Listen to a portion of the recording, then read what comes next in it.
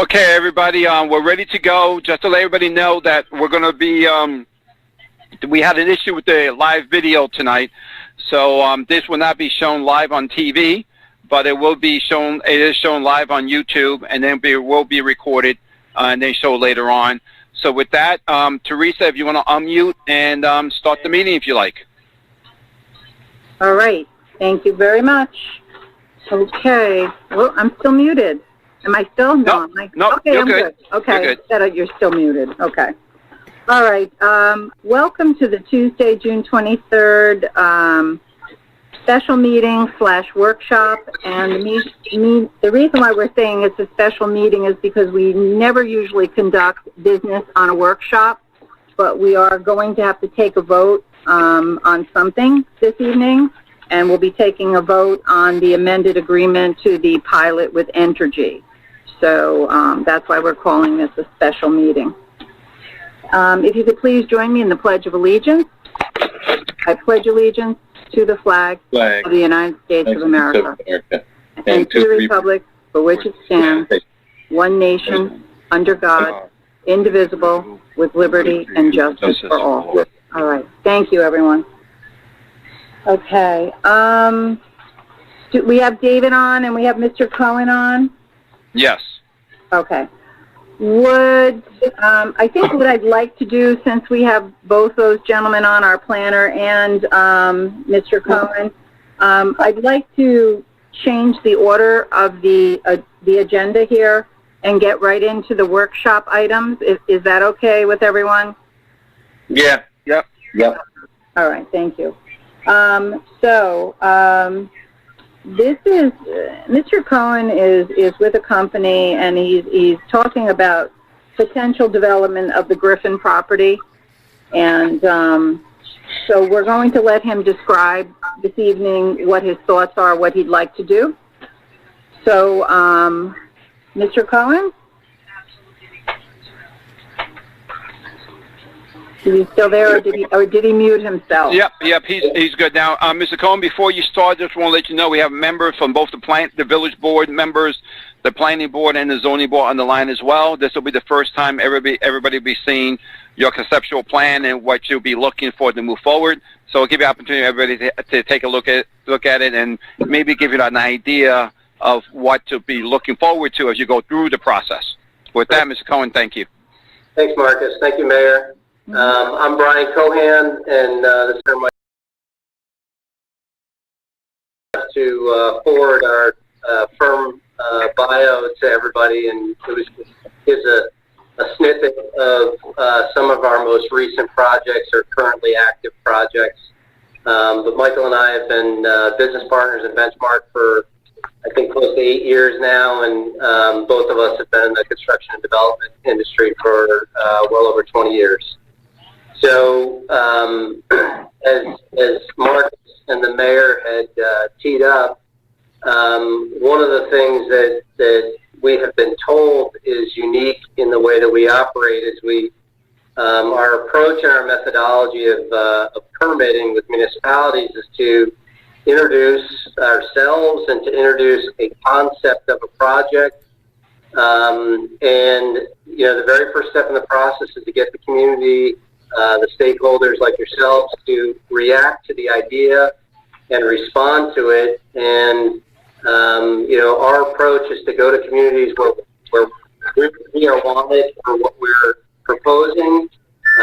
We're not litigious, we're not fighters, and so our in presenting ideas and getting feedback, and then proceeding to the next step if the community is in favor of the idea behind the project. And it's a collaborative process for us.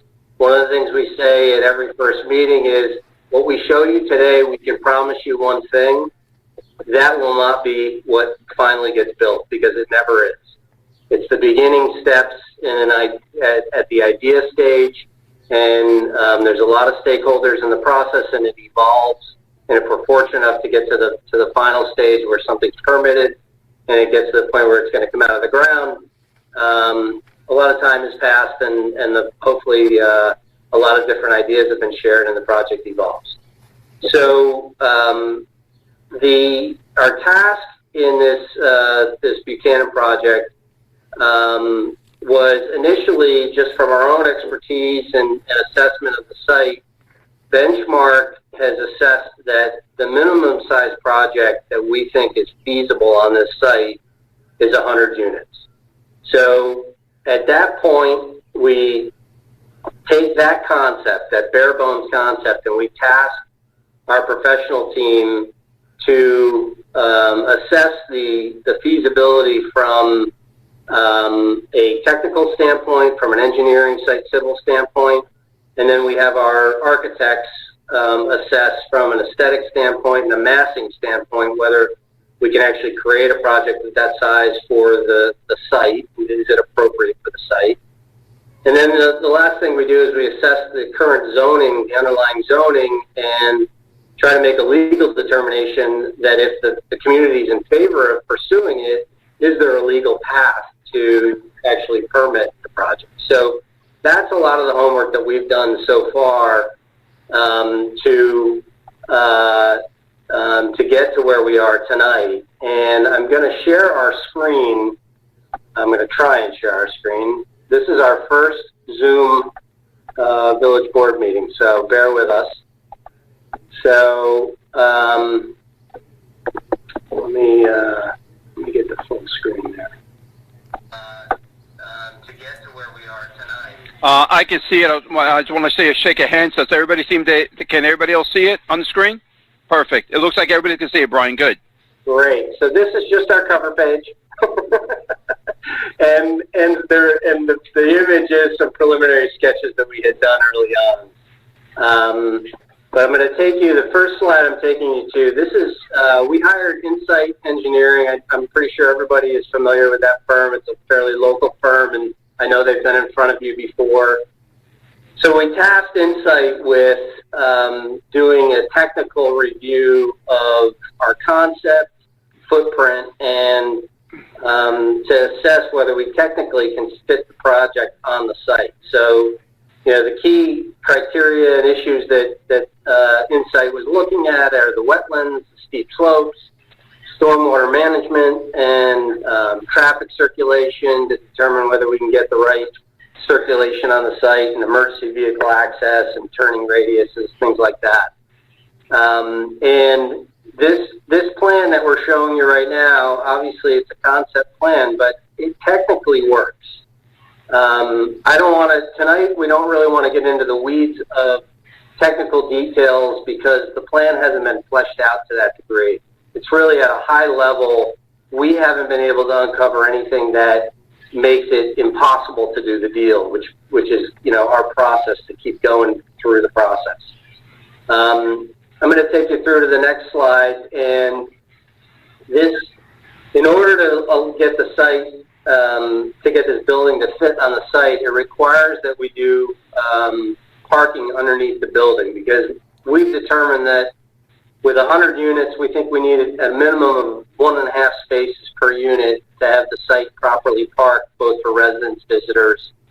And in order to do that, we need to park a portion of our parking under the building. And that's what you're seeing here. This is one level of parking underneath. And then the next slide shows another level of parking, which is directly above it. And what's nice about the natural topography of this site is it allows us to, it really makes this site perfect for doing this type of parking underneath the building. Because of the topography, we really get to build this right into the hill. And so then the next slide is just a simple schematic that is showing you that we've got, we've massed the building. We've determined that we can fit 100 units in this footprint. And it's a mixture of 1 and 2 bedrooms right now. And again, we haven't dug into the details on the unit mix beyond just doing this initial massing. And so there's a couple more footprints. And now we're getting into some of the elevations. Now this is an aerial view. You know, if you look, we're kind of flying above Broadway here, looking in a southeast direction over the pond, and you can see that the steep slope topography in the back of the site really allows this building, as large as the building is, it really allows it, in our view, to kind of nestle into this site. The next slide here, if you look on the right-hand side of the screen, that's the cars traveling on Broadway, and so this is the entryway into the site. And again, you can see that the building is nestled into the site nicely. And you've got some signage on a big stone sign there. So now we're inside of the site, and you're approaching towards the back of the building, which in this instance is actually the front door. Now, if you look to the right, there's a drive all the way to the right. That takes you to the very bottom level of the garage, and there's an entry and exit on that drive. And then the middle drive there takes you to the next level of the garage. So the way we've got it conceptually laid out right now is that 2 levels of garage actually don't communicate to each other. They're 2 independent levels. And then we have surface parking to the left, and then as you get into the up to the bend of the building there, that's where the main entry and the lobby is. And then this is just another view from kind of getting closer over to the slopes, and you can see the front entrance there all the way up in the middle of the building there. Again, this is purely conceptual. Our architects selected some some modest materials that are, it's a mixture of brick and usually a siding material like a Nichiha panel type material that has a wood-like feature to it. These are just samples of materials that we've used in past projects and color schemes, and but again, none of these things have been really fleshed out, picked. It's just conceptual at this point. And that was our last slide. So that's the concept that we have for the site. And again, our objective is to introduce the project to the board and introduce ourselves to the board and really just begin a dialogue. That's our pitch.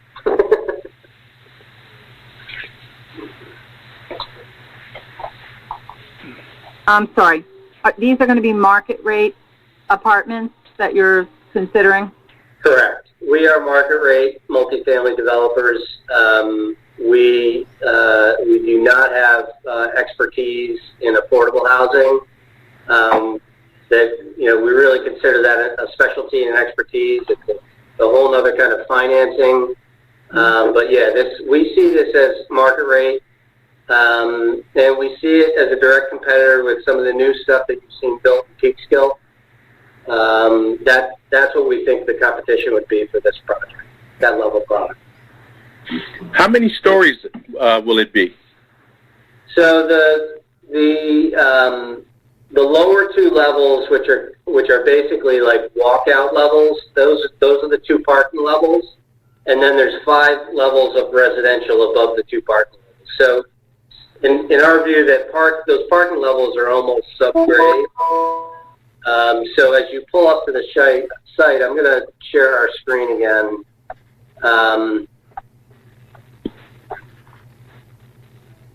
Would you have an elevation of the back of the building? This is the back of the building that is on the hillside, right? And then let me. So from the hillside, you're showing 5 levels above grade. Where it slopes down, you'll have 7 levels? Correct. So this is at the corner where the curb cut would be on Broadway. So if you were coming from the marina, you'd be looking at what looks like 5 stories. Do you have an elevation of the other side? So you can see the gray in the image to the left of the water. That's showing how those 2 stories are built into the hill of the 2 stories of parking. Right. And this is 100 units, is it? Yes. And how many acres of property? That we're using? You can give me both, sure. Well, the site's 7.5 acres. I would suspect that we are probably using less than 2 acres. Yeah, maybe building. For the whole thing, including roads and the parking? Yeah, I think it's probably less than 2 acres. Or thereabouts. The footprint of the building is around 20,000 square feet. Okay. And it looks like you're eliminating Blakely Avenue and making Buchanan look like Nebraska in the background there. Yes, I believe you can. Are these rentals or are they co-ops? They are rentals. Okay, thank you. Brian, when you say, do you have a rough idea of what market rate means now for 1 bedroom, 2 bedroom? What are we talking about? As far as the rental rate? Yeah. I know we've looked at that. I don't have that off the top of my head, but as I said, Okay. the projects that are on the hill, the new projects in Peekskill, we would expect our pricing to be right in line with that project. We would consider that project a direct competitor. Okay. Will the units have balconies? Probably. That design decision hasn't been made, but it's most likely for this level product we would have either sometimes what we've done in the past was do a Juliet balcony, which basically is a small balcony that you can just stand out on. You can't put furniture on it.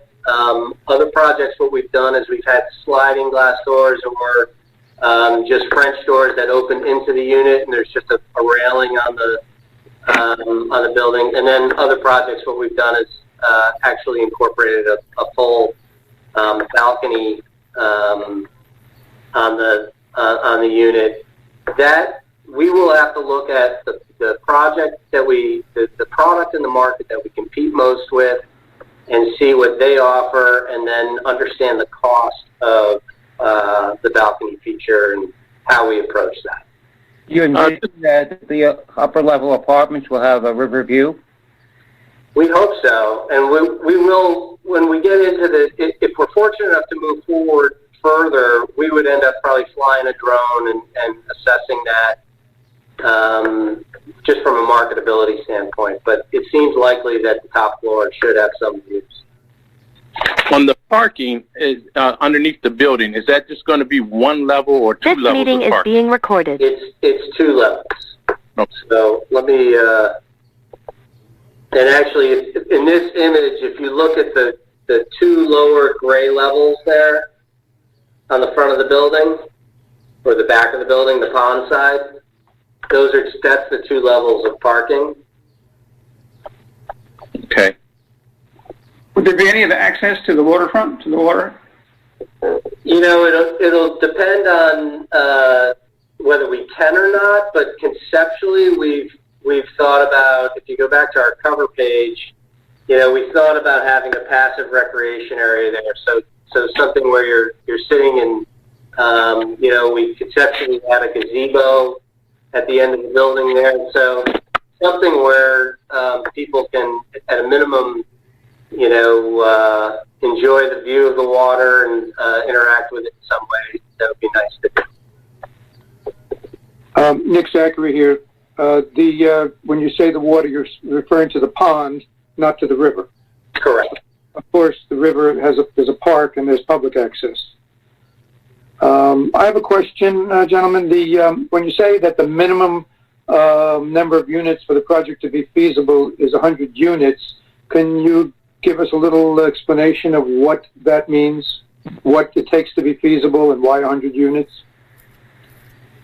So one of the challenges to this site is its physical topography, and so what it forces is that you've got pretty intense construction because you've got rock that you're dealing with, and because you're dealing with a very small footprint that is usable. It adds to the cost of construction, and then again, there may be other developers out there that can somehow find a way to do a project that's smaller than that. But for us, for Benchmark, 100 units for this level of construction and the level of product that we're talking about doing, that's the critical mass that we would need in order to make it economically feasible and financeable from our expertise. But again, I'm not telling you that there might be another developer out there that can do a smaller project. Our job is to come in and share with you what our expertise is and what we think we can get done, and what the project would have to be in order for us to get it done. You know, I'm sorry. Okay, I was just going to say, and if this was built, does Benchmark manage the property? We use third-party managers, professional management companies to operate our property. And would you be purchasing this property from Mr. Griffin, or would he remain the owner? You know, the details of that part of the deal have not been worked out. We are friends with Glenn. Glenn is a partner of ours in other projects, and he has seen us be successful at permitting projects in our business, and so he approached us and asked us if we could help, and we said we'd be willing to come down and explore it, and that's what we've done so far. Thank you. Dwayne, sorry. Yeah, on the environmental impact statement, what's the time? What would the timeline look on something like that? To actually start the seeker process? Yes. It really depends on which way the village goes with this, I think. If this would require a draft environmental impact statement, it would be a fairly lengthy process. It depends the direction the village goes after it's done some environmental analysis. It's kind of too early to tell. I see, but your preliminary findings at this point, you believe that there won't be any environmental impact of any major consequences, I'm assuming. Absolutely. Yeah, David, I don't want to cut you off there, but from Benchmark's point of view, we feel as though this will pass the test of seeker. But David, you speak for the village. I apologize for interrupting. I'm not saying it wouldn't pass the test for seeker. I'm just saying that it's kind of too early to predict whether this will end up with an expanded full environmental assessment form with attachments of various kinds, or whether it would end up with an environmental impact statement, which would be a lengthier process. I see. Thank you, David.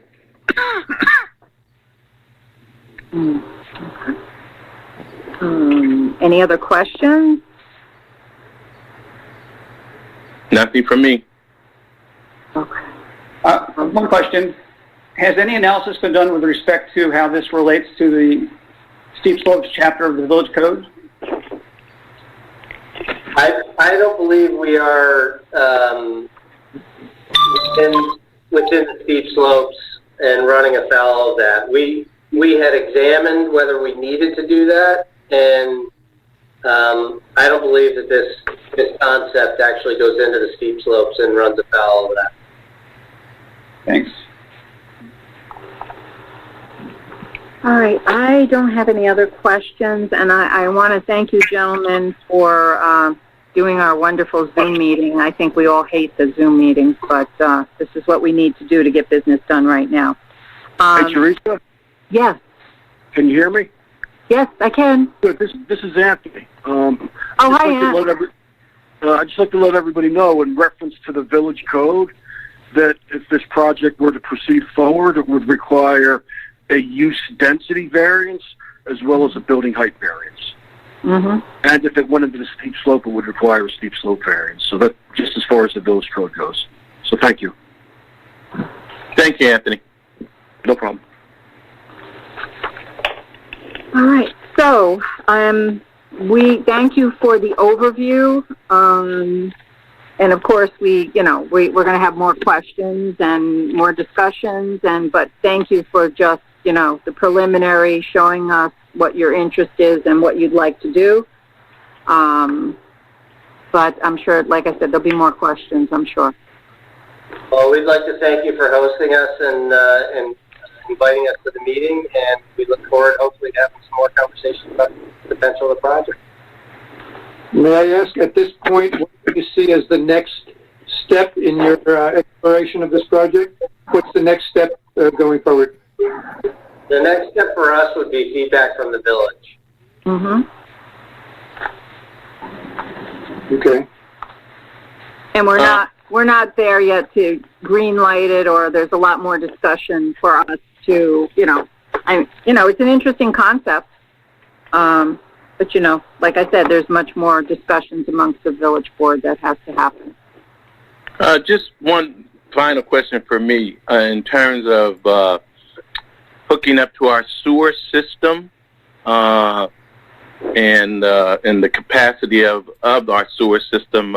It's somewhat of a concern for me right now at this preliminary point. Is there any analysis going forward to take a look at that situation? This is Marcus. I discussed that with George. The amount of apartments to do that it's not going to impact our sewer system at all in regards to a negative way at all. So there are no concerns. The developer will have to do the connection to the pipes and everything like that, and we can more than handle the wastewater coming from 100 units if the village board wants to go in that direction. So don't be concerned about that. Thank you, Marcus. Anytime. Okay. Thank you, guys. All right. Thank you. Thanks, guys. Good night. Good night.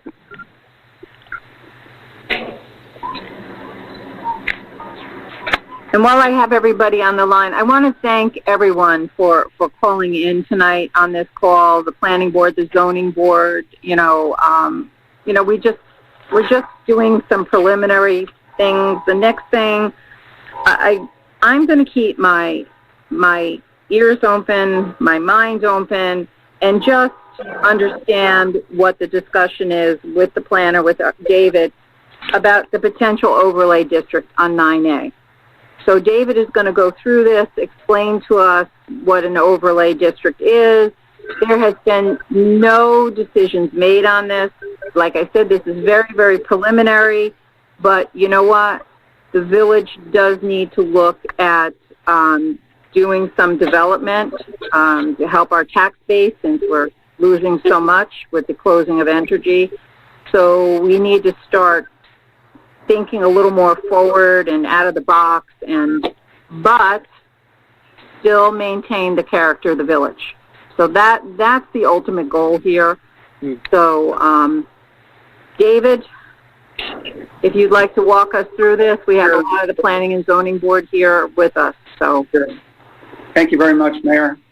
Before I get started, let me introduce Victor Minerva, who you see there on the screen. Victor is one of my colleagues, and he did the yeoman's work on the design guidelines. So he's going to go over the design guidelines after I talk about the zoning. So let me first share my screen with you.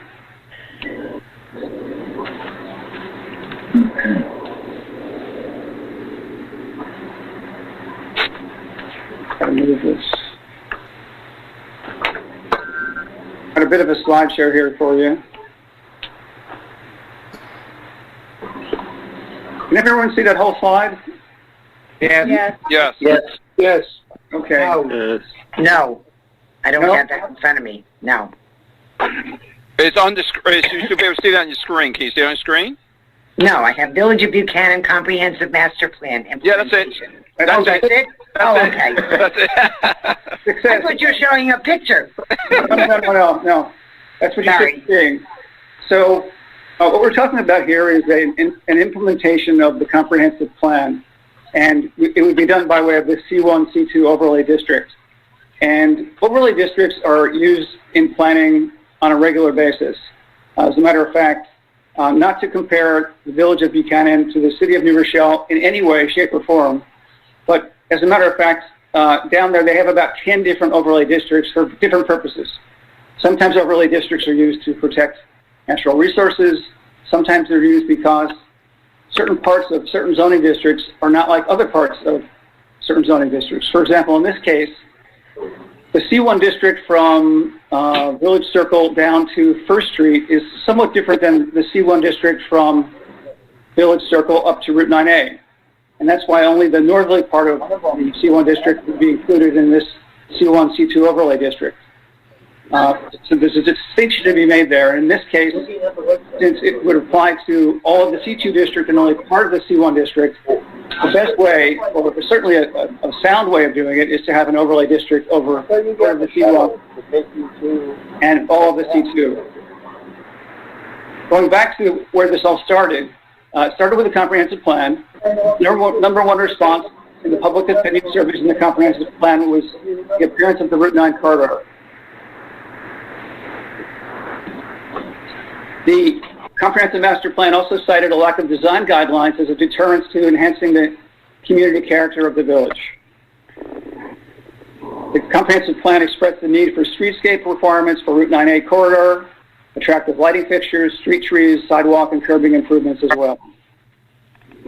The benefits of redeveloping the Route 9A corridor are an improvement to the appearance of the gateways into Beacon, enhancement of the image of Buchanan as a great place to visit, shop, work, and live, increase the value of the subject properties in the corridor, and a broadening of the village's tax base, which it obviously needs.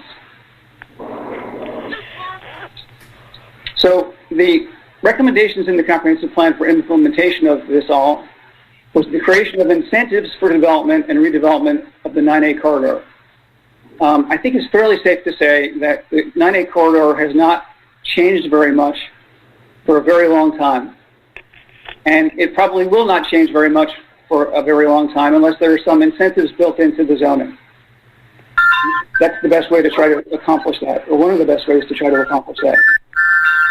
So we're talking about a... May I just interrupt, David? Yeah. Mark, please announce everybody. Somebody's got background noise going on and side conversations or something to either mute themselves. There's 23 people showing up on this thing right now. I don't know who half of them are. But Marcus, could you please address that? Yeah, I'll put everybody on mute. So the methods for implementing these recommendations of the comprehensive plan is to create an overlay district of the C2 district and part of the C1 district, that being the part from Village Circle up to Route 9A. There would also be a requirement that if someone were to take advantage of the benefits of the C1, C2 overlay district, they would have to comply with the design guidelines, which Victor is going to talk about later. So you give something and you get something in return. This is the map that you've all seen regarding the proposed C1, C2 overlay district. You'll see it includes the entire C2 district on the westerly side. You are muted. Of 9A between basically Blakely and the circle, the village circle, and the C2 district below that from White Street more or less down to the southerly boundary of the village, and the C1 district from 9A to the village circle. The purpose of the district, this overlay district, would be to encourage business and residential development and redevelopment of the character desired by the village, and that would be by virtue of the provisions of the district and the required compliance with the design guidelines. Another purpose is to facilitate or streamline the review and approval process for parcels in the overlay district. And finally, to beautify the commercial corridor and improve pedestrian access. So specific provisions of the district would include an increase in permitted number of townhouses from 5 to 6 dwellings per acre, a density of perhaps 12 dwellings per acre for apartment buildings, an increase in the permitted building height from 2.5 stories and 35 feet to 4 stories and 50 feet for apartment buildings, or if that were a bit too high, the number of dwelling units could go down a bit as well. And a reduction in the front yard setback from 30 feet to 20 feet to closer align with existing buildings and to encourage parking behind buildings where possible. And then the planning board would be allowed at its sole discretion to increase the total lot coverage to not more than 75% with effective perimeter screening and other requirements. The 50% that's permitted now in these districts is essentially based upon wells and septic, and it's a very low percentage of total lot coverage for commercial properties. 75% is much more reasonable and recommended by the comprehensive plan. So that is basically what has been talked about to date. I did write a memo dated June 5th, I believe it was June 5th, where Marcus and I had been discussing the possible addition of some C2 zoning and put that land in the overlay district as well. So on the westerly side of Route 9A between White and Blakely, the property is zoned C2, commercial. The easterly side in that same area is zoned M1, manufacturing. And this area is the northerly gateway into the village. And we believe it would be less than ideal for the M1 uses to expand westerly to the Route 9A frontage. So going back to the map for a minute, you can see that the easterly side of that area that's shown in blue is now zoned M1, although the manufacturing development out there doesn't go all the way west to Route 9A. And we believe it might be reasonable for the village board to consider zoning both sides of 9A in that area in the same zone, C2 zoning, for commercial development like the westerly side as opposed to manufacturing like the eastern part of that area.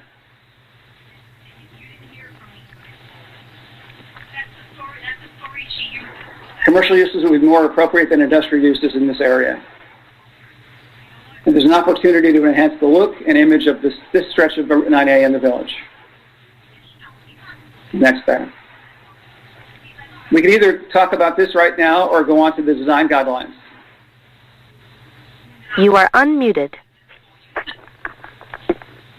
Nick Zachary here. May I make some comments? Sure. Am I unmuted? Yep. Yep. Everybody's unmuted. Okay. If I may, I'm the person that introduced this, and I just wanted to give a little background on how I came to this. I think as long as I've been in the village, which is 29 years tomorrow, 29 years tomorrow, I've often thought it would be nice if we can encourage some other shops and development, and obviously there's a lot of challenges to that for a variety of reasons, not the least of which is shopping is not done now the way it used to be. Small village centers gave way to malls and big box stores. But people in a lot of places have realized that they like the small town center, the restaurant, the coffee shop. I don't know what this village can support, but I think this village has to look at itself as part of this general area. A lot of people, appreciate the sleepy nature of Buchanan, but also appreciate they're connected to the Hudson Valley. We're surrounded by Peekskill and Croton, and any restaurant of quality in any of those places is attended by people from all of those places, just as an example. So, we're part of a larger area, and we cannot support a business just with Buchanan residents. We have to view ourselves as part of this area. Buchanan Hardware gets people from all around. Coles Market gets people from all around. These businesses that are strong and have a lot of have quality and character get business from all around the area. So anyway, it's always been a challenge as long as I've been around here, and I've seen it be given a lot of lip service. Oh, these stores are closed. What can we do? People talk about it, but I've never seen anything done. I was on the zoning board for 10 years, from 1998 to 2008, but I was not a planner. I was not aware of the overlay zone concept. I first became aware of that when I went to a workshop at the Pace Law School Land Use Center, which was held at Westchester Community College back in March 2019, 15 years ago, and it rang a bell. I thought, well, maybe that would work. Maybe that, it's a zoning tool to encourage development in the way that you would like to see it happen, and maybe this would work here. I did give it some thought and sketch out the proposal for this that David Stolman has taken the ball and run with it very well, which I appreciate. I did come out with the proposal to the village board in September 2019, and I understand things take time. I also understand that while it's been given lip service and while it was mentioned in the master plan, nothing's ever really been done. I think this might be beneficial. I think that in a few years we might look at it and say maybe we could tweak it this way or that way. But I think we need to try something. I think we need to, if we want to develop business, aside from the aesthetic appeal, whether it's sidewalk, trees, nice shops, aside from all of that, the village needs to increase its tax base right now, as everybody knows. So I think this is something that could give us a good start in a direction we might want to go in. It's not. I don't really think it's overly dogmatic. I think that there'll still be, there'll still be a planning and zoning board reviews, but it'll kind of help to facilitate some things and try to improve this corridor. I'd rather find out that parts of it don't work and attempt something, do something now, and put then just be another. And just see another 10 years of lip service to the fact that we need to develop business. So I want to thank David for your work on this here, and I hope. I mean, I'm open to suggestions if somebody sees things that can improve this concept. But right now I think it's something that the village has to look at seriously. Well, one question I have about that, Nick. This is Sean Murray. Yes, in Sean. looking at the proposed zoning amendment to this overlay, it's not a discussion about increasing your tax base because it's mostly talking about residential. You're talking about increasing the maximum population density. It doesn't say reducing the size of commercial space. This overlay, as it's written right now, would only pertain to a few of the corridor properties, and it would basically turn what is a mix of commercial and residential to all residential.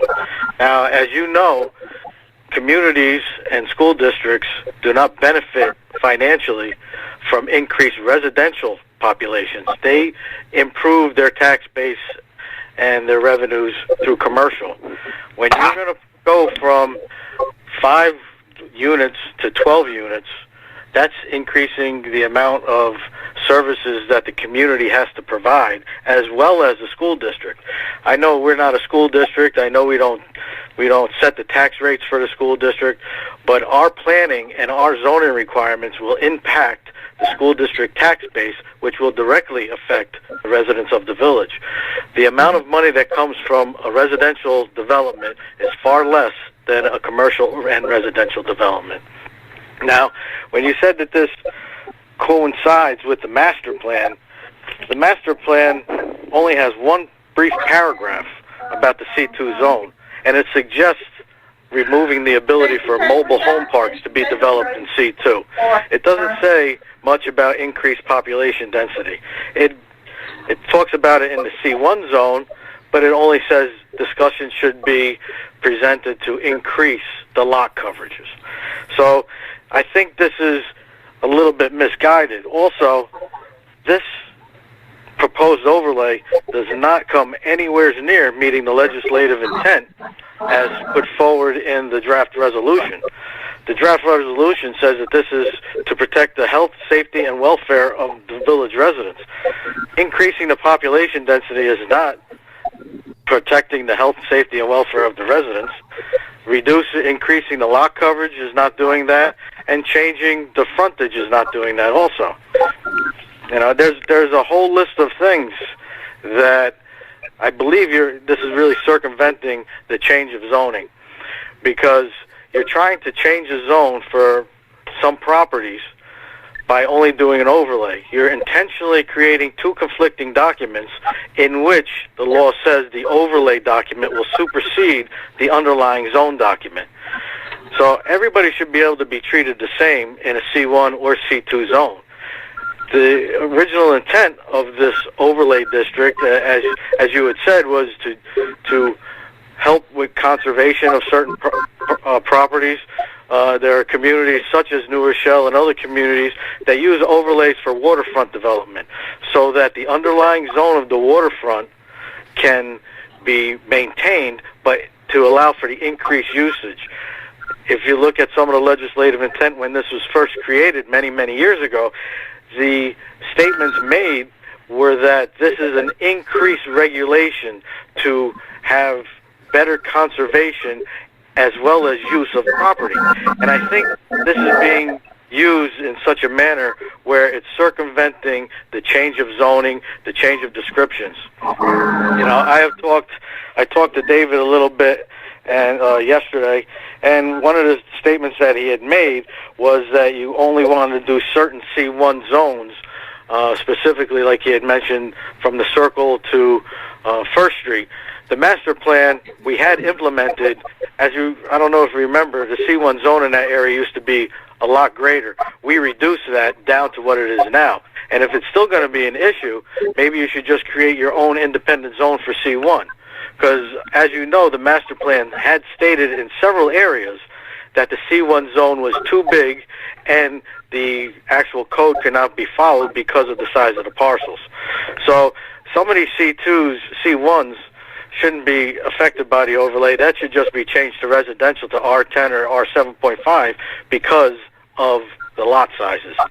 There are tons of recommendations. You know, when you cherry pick certain little pieces out of the master plan, and by the way, in the master plan, it states that this plan should only be used for 5 years. It says it should be reviewed yearly and mandatory every 5 years. So we're using a document that's almost 20 years old that says it's supposed to be redone every 5 years at the maximum usage of 5 years. And we're not following what the master plan really says. All right? I have lists and lists of conflicts. You know, the master, when you talk about the corridor, the master plan specifically states to maintain the distance of the front coverage, to build in line. It specifically says that. And when you're going to change that there's only a couple of parcels that aren't developed in the C2, you're intentionally creating a document that is allowing you to build out of line.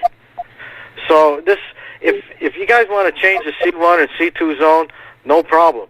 But by creating a conflicting document just to supersede the process of redefining the permitted use by right, you know, as I had stated several months ago when we had discussed this at a workshop meeting, the C2 zone can already have dwelling units in it. It's a special permit. And all of these considerations, whether it's revenue generation, tax base, the impact of services, those are all taken into consideration when you talk about a special use permit in the C2 zone. There are many residential properties in the C2 zone right now that meet that criteria. We're only talking about a few properties here. So that will be affected by new construction. And if you want to put in there commercial, that's how you increase your tax base, and that's stated several times in the master plan also. It doesn't, nowhere in the master plan does it say change your commercial to residential to increase your tax base. And it absolutely does not say that, and there are many places where it says should be considered to increase the density of commercial space to enhance the tax base. So that's why I have a conflict with this. This overlay is strictly for residential. It's not for commercial, and that impacts the village residents adversely when it comes to school taxes and property taxes and giving people services.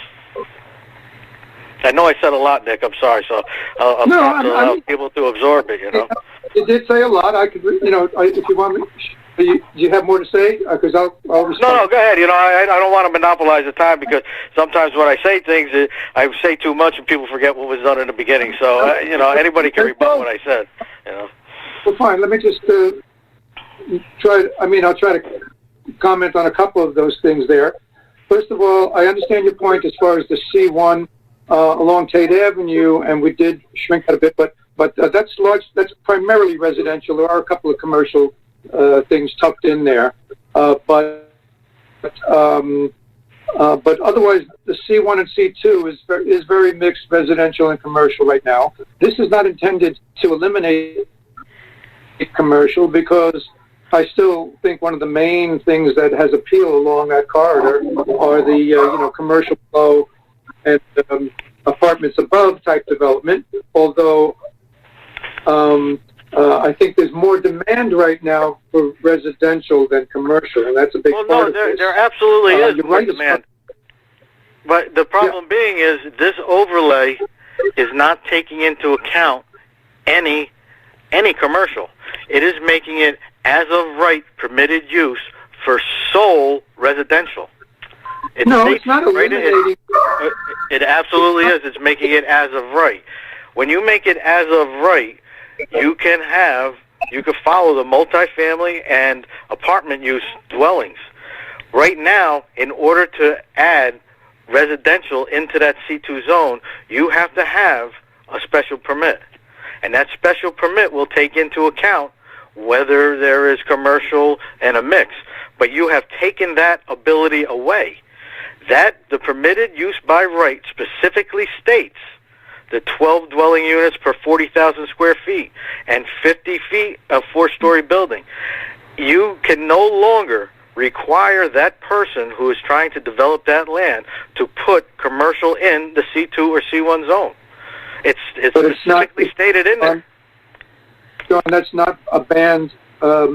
It's not a banned allowable use, though. We're not eliminating the possibility of doing commercial. Even like Dunkin' Donuts in there, commercial with apartments above. We're not eliminating that as an allowable use. What we're doing is adding, as an incentive, larger density on residential. And by the way, my understanding is that residential is not lower tax paying than commercial. And I think, I don't know, large lot zoning won't pay for itself, but certainly compact development like apartments should. Well, if you have a two-bedroom apartment with two children in it, the Henrik Hudson School District charges. They're budgeted for approximately $22,000 per pupil is the impact of each pupil to the Henrik Hudson School District. If you have two children in one apartment, there is absolutely no way that one apartment is going to pay $44,000. They're going to request increased aid from the state, and when you have a 1-year delay, they're going to have a stopgap to increase their taxes, and especially now that they've lost the revenue from Indian Point. Now, when you make as of right, you can't tell a builder that he has to put commercial in there. I know every project that I've ever been involved with that has those mixed uses, everybody always tries to get residential because they do not want transient tenants. They don't want to have a rented business be vacant.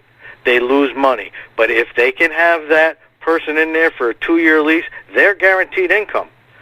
So anybody who wants to make these strip malls with apartments on top of it, if they could make that all residential, I'll bet you there isn't one developer in here that would deny that. If they don't have to worry about tenants, if they don't have to worry about Board of Health permits, if they don't have to worry about all of that, and just sit there with a residential unit, I'll bet you they'd be tripping over themselves to do that. And now you have made that an as-of-right permitted use. That could be changed back very easily to a special permit use. I have a question. I'm Mary Funchen from the Zoning Board. What impact would this have on current property owners? Current vacant properties or developed properties? Developed. It would have no retroactive effect. Will it have any impact on current owners? No, not current developed properties, no. Okay.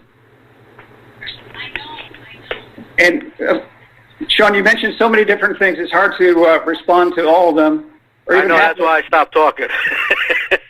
But let's talk about the overlay districts, for example. In New Rochelle and in many, many other communities, they have overlay zones for a variety of uses, not just natural resource protection. As a matter of fact, in New Rochelle, they have a Cabaret overlay zone, a Waterview overlay zone, senior citizen overlay zone, downtown overlay zone, Fifth Avenue overlay zone. It goes on and on and on. Sure. So the overlay district, the use of an overlay district is perfectly fine and sound planning. Nothing wrong with it. There are different ways to skin a cat. This is certainly one valid way of doing that. Oh, no, I agree with you wholeheartedly. But when we're talking about a community like New Rochelle, that have many, many more acres than the Village of Buchanan, when 93% of our land is used, 43% of it is industrial. All right? The majority of our land is being used. So when we're talking about maybe affecting, 75 properties of that, or 50 properties, and there's only maybe, 8 of them that are not built on right now, and 2 of them probably can never be built on, or 3 of them can never be built on. So if it seems to me that this law is trying to target 2 or 3 of our undeveloped properties to increase the population density, to make these projects more financially feasible for a developer. And these have a negative impact on the current residents because of their tax base. And it's outside of the character that is mentioned in the master plan, specifically the frontage. Also, if the village board wants to change the lot coverage from 50 to 75%, it should be able to, everybody, not just the C2 zone, should be able to do that, or the C1 zone. Well, it should not be residential zones. Well, I was using that as an example so that everybody could benefit from the same zoning characteristics. Yeah, but this is an area that has different character and different needs than most of the village. Most of the village is residential. By the way, you said something about, just to change, that it's creating a redundancy or something, that it's, No, it's creating 2 conflicting documents, and when the fucking idiot. They're not conflicting. They're complementary, Sean. Right. Let me finish. The point is, a rose by any other name is a rose. Yeah, you could go through the whole thing and change. Don't give me that shit. Don't give me that shit. Calm down. Just go back and fold your... Okay. Somebody, whoever that is, please mute. Yeah, mute. Thank you.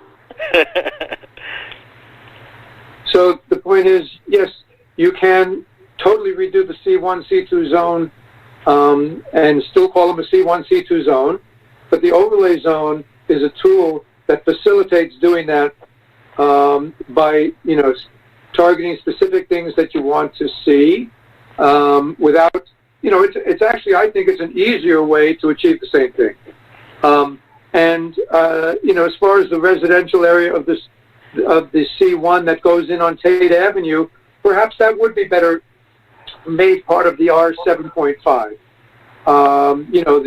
Any couple of commercial buildings that are in there would still be grandfathered, but they certainly should not be part of this overlay zone, because that is primarily residential. If one were to do this with straight zoning, Nick, I think you'd have to create a new zone perhaps for the area, the C1 area from the Circle down to First Street. It would be a lot more difficult. Well, you could just say it's a C3 zone with the current configuration, and change the C1 zone to the way that the master plan states, and then change your C2 zone to anything you want. So I don't think it's that big of an obstacle. You leave that piece of property from the Village Circle to First Street to the way it's zoned right now, and say, now this is C3, and you do C2 whatever you want with it. I think that would be another way of doing things, but I think the overlay district is perfectly sound. May I also point out that, yes, there are a couple of larger undeveloped properties. I know one of them currently is the one across from the high school is owned by Carbone, and he wants to do something in there. And then there's the other property that's next to the hardware store. Those are the only two big undeveloped properties. I'm not sure if there's a current plan for that property next to the hardware store, but there are other properties that could be improved. This is not something that's designed for two properties. For example, White Street. I mean, you know, there's sort of if developers start to see improvements, then they might say, well, that building. I mean, there's a few buildings that are pretty run down, and they might say, well, look, if I buy this and this, can I do this over there? So I think, you know, the idea is if you get a couple of things going, it might have a snowball effect. If you set guidelines for the character and make it a more attractive corridor, then, you know, there are other properties that can fall into line. This is geared for the whole corridor. It's not geared for two properties. No, you're absolutely right when you talk about the corridor. And the corridor was constructed with the 30-foot setback. If you're going to put the overlay for those two undeveloped properties, that corridor is now going to have properties that could be developed with a 20-foot setback, which is not building sight of line. No, if you look at that, what's that stone building where that Korean cabinet shop is? Sure. That's a 15-foot setback. What I'm talking about is bringing them into line with existing buildings. Yeah. I'm not bringing things forward more. You have to distinguish the curb from the property line, Sean.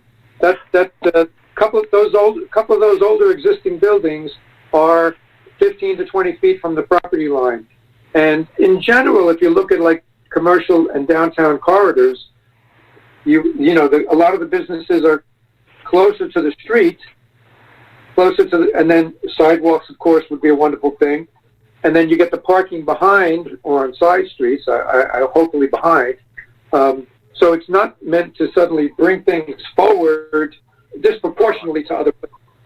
No, I agree with you when you're talking about the center of town. What I was talking about was the corridor on Route 9, with the former Archdiocese property as well as the one next to the hardware store. But though everything that's around that was built with the current 30-foot setbacks.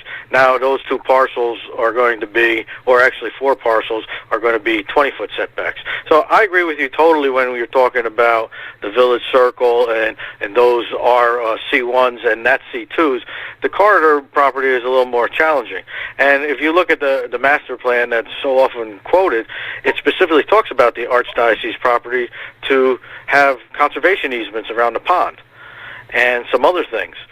So this overlay does not even address that, which was addressed in the master plan. And it's I'm just, there again, the character of the village is not 4-story apartment buildings with a population density of 12 per 40,000. And there's only a few properties that are at 40,000 square feet that would benefit from this. It's not the majority of the C2 zone. It's only certain parcels, but it's not just a handful. It's not a very few. And I think, frankly, the village needs to take some steps in terms of zoning, or it's not going to see any redevelopment and much development. And there again, I'm for all the kind of commercial development that you can have. I'm for manufacturing development. I'm for commercial development. I've always felt, and the research that I've done has shown, that increased residential development does not increase your tax base unless it's so dense. And when it's so dense, it has a negative impact on the school district, which there again comes back on your school taxes. So that's why commercial development, and the reason why a lot of these properties have flourished and our tax base has been able to be maintained, is because we encourage that commercial development. This overlay takes away that special permit use for the C2 zone. And the way I read it, and maybe I'm reading it incorrectly, but maybe Stephanie can interpret it for me, this permitted use can turn this C2 overlay district into nothing but residential development. It's specifically stated that way. Sean, that can go back to special permit very easily. David, this is Marcus. Got a quick question for you. On the first floor, I know other communities require commercial retail on the first floor on any kind of mixed-use development. Is that something that can be addressed that way? That way you can actually always make the first floor some kind of commercial. We can certainly do that. We can make it a special permit use. We can require commercial on the first floor. Absolutely. And that's the way the code is written now. The code is written now that you have to have commercial in there, and to put it for residential. You need that special permit where all of these reviews would take place, where the tax benefit analysis, where the traffic analysis, where the school analysis, where all of these analyses take place. And that's one of the reasons to issue a special permit, because there would not be a negative impact or a negative finding on the impact to the residents. But I think I don't want to monopolize the conversation. I'm sorry I spoke too long, but this has always bothered me a little bit. So hopefully other people will have other questions that could maybe change my mind, or the answers could change my mind on this. Well, thanks for the input, Sean. But let me just go over one other thing, and then I'll shut up on this and see if any of these other 23 people. And I'd still like to know who's here with us tonight, because I see 9 faces. Hi, Bob. Hi, Eileen. Hi, Nick. Hi, Jeff. I don't know who all the other people are. I'd still like to know who's on with us. But anyway, let me just say this. You're right as far as the master plan. It should have been revised. We should have had an updated master plan by now. A few years ago, we did have a group that started revising the master plan, updating the master plan. It kind of fell apart, but one thing that did come out of that small group was the sense that residential would be more advantageous than commercial, that there's more demand for it. You know, you see storefronts could stay empty, but residences, and I'm not looking to create tenements on Route 9A. I'm looking for, tastefully done residential combined with commercial, not industrial. But let me just say, from the master plan, there are several sections that give support to what this is all about. Section 2A-4 suggests increasing lot coverage allowances in the C1 area, and to reduce front yard and setbacks and have parking in the rear. Section 2A-5 says add a new improvement zone discussed by a recent review board. Section 2A-11 says add a wider array of uses allowed in C1. The area requirement for multifamily of 40,000 square feet is not feasible in C1. Section 2A-13 says change the residential area on Tate Avenue from C2 to residential. That's in line with what you were saying, Sean. The master plan cites the in the opinion polls that were done along with the master plan, cites that 42% of people favor more sidewalks, 74% favor improvements to appearance and beautification. Section 2B-4, the village should look into development and site design standards, which is part of this proposal. And that means building design, public space, trees, sidewalk planning, parking planning. Section 2B-7, number 2 says improve the 9/8 corridor. There's a section, well, there's some other references to planning agencies. I'll skip that right now. Section 2B-9, elimination of the mobile home as a permitted use, one of the things you mentioned, Sean. There are other, things mentioned that have to do with accessory structure placement. So there's several places that lend support to this. And yes, we really should do a revised, updated master plan, but currently that's what we're dealing with. Well, I appreciate that, Nick, and you did mention a lot of the things. However, the proposed overlay only addresses 3 of those things. The 750 square foot dwellings, the 12 units per 40,000 square feet, the lot coverage, and the setbacks. That's the only thing that this thing talks. That's the only thing that this overlay does. That's the only thing. Well, I think it's a good start. Personally, I think it's a good start. It actually does more than that. I went over the things that it does. It does more than that. Sorry, David. We could revisit it and tweak something that doesn't seem to be working, but I think it's a good start. And I'm going to stop talking. Sean, you said you're going to stop talking. Now I'm saying I'm going to stop. All right, there's a truce. I have a truce. 21 more people here. You're on. So Nick is asking for everybody else to maybe to introduce themselves real quick, and if you can go around and just see who else is on the line, and see if anybody has any questions from the planning board or zoning board members. Marco Pinkway's here. I don't have any questions. Mary Function? I asked one. Thanks, Mayor. Function, I heard. I don't have any questions. This is Anthony Conti, the building inspector. Can I make a point, please? Go ahead. Sure, Ant. Go ahead. Yeah. For the last 5 years, I've been in charge of entertaining every bit of interest that people want to come to this village. The village is a tenant. We have lessee properties available. There is nobody coming to Buchanan looking for a commercial space on a two-story construction type basis, period. The other thing I think we're overlooking is that, yeah, the tax base is not the same for residential properties, but what happens when you add 100 new families to Buchanan? What does that do to our local economy? Okay, forget about the tax base. We're talking about the local economy. So the whole point is we only have 3 or 4 properties left, as Sean pointed out, and they've been there and been available for 5 years, and we're not attracting any buyers, investors.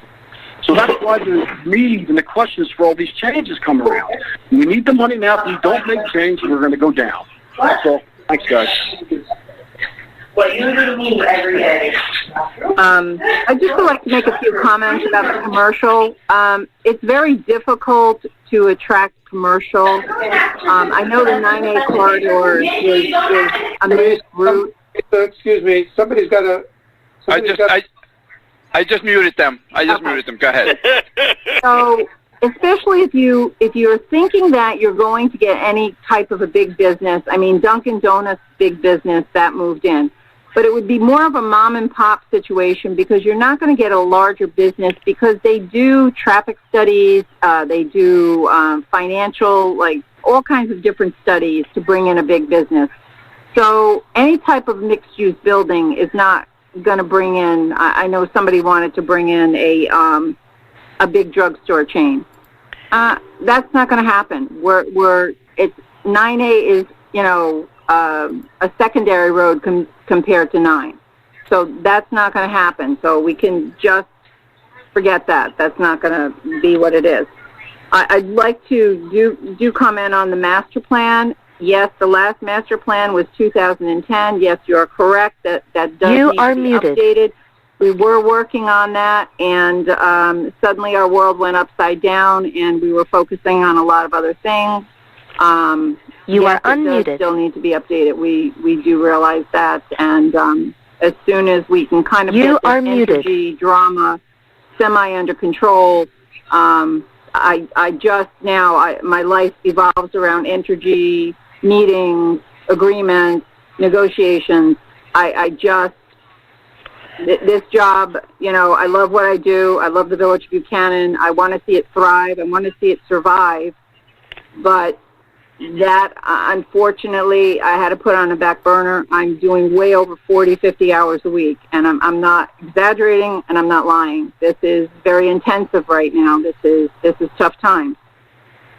With the school enrollment, I do want to make a comment on that also. The school enrollment is down and projected to continue to go down. I do know what you're saying. Service-wise, I think any future development of any type of large-scale apartments, et cetera, I firmly believe that what we need to do is have them supply their own services, their own garbage services, and to maintain their property. But yeah, I do understand the more kids you have in school, that does come back to the taxpayer with having to supply, things for the, teachers and et cetera, for their school education. And this is just, like I said, this is just preliminary. This is good. We're talking about it. We're discussing it. We're asking questions, and that's important. Who else has a comment or question or like to discuss anything on this subject? Dwayne Jackson here.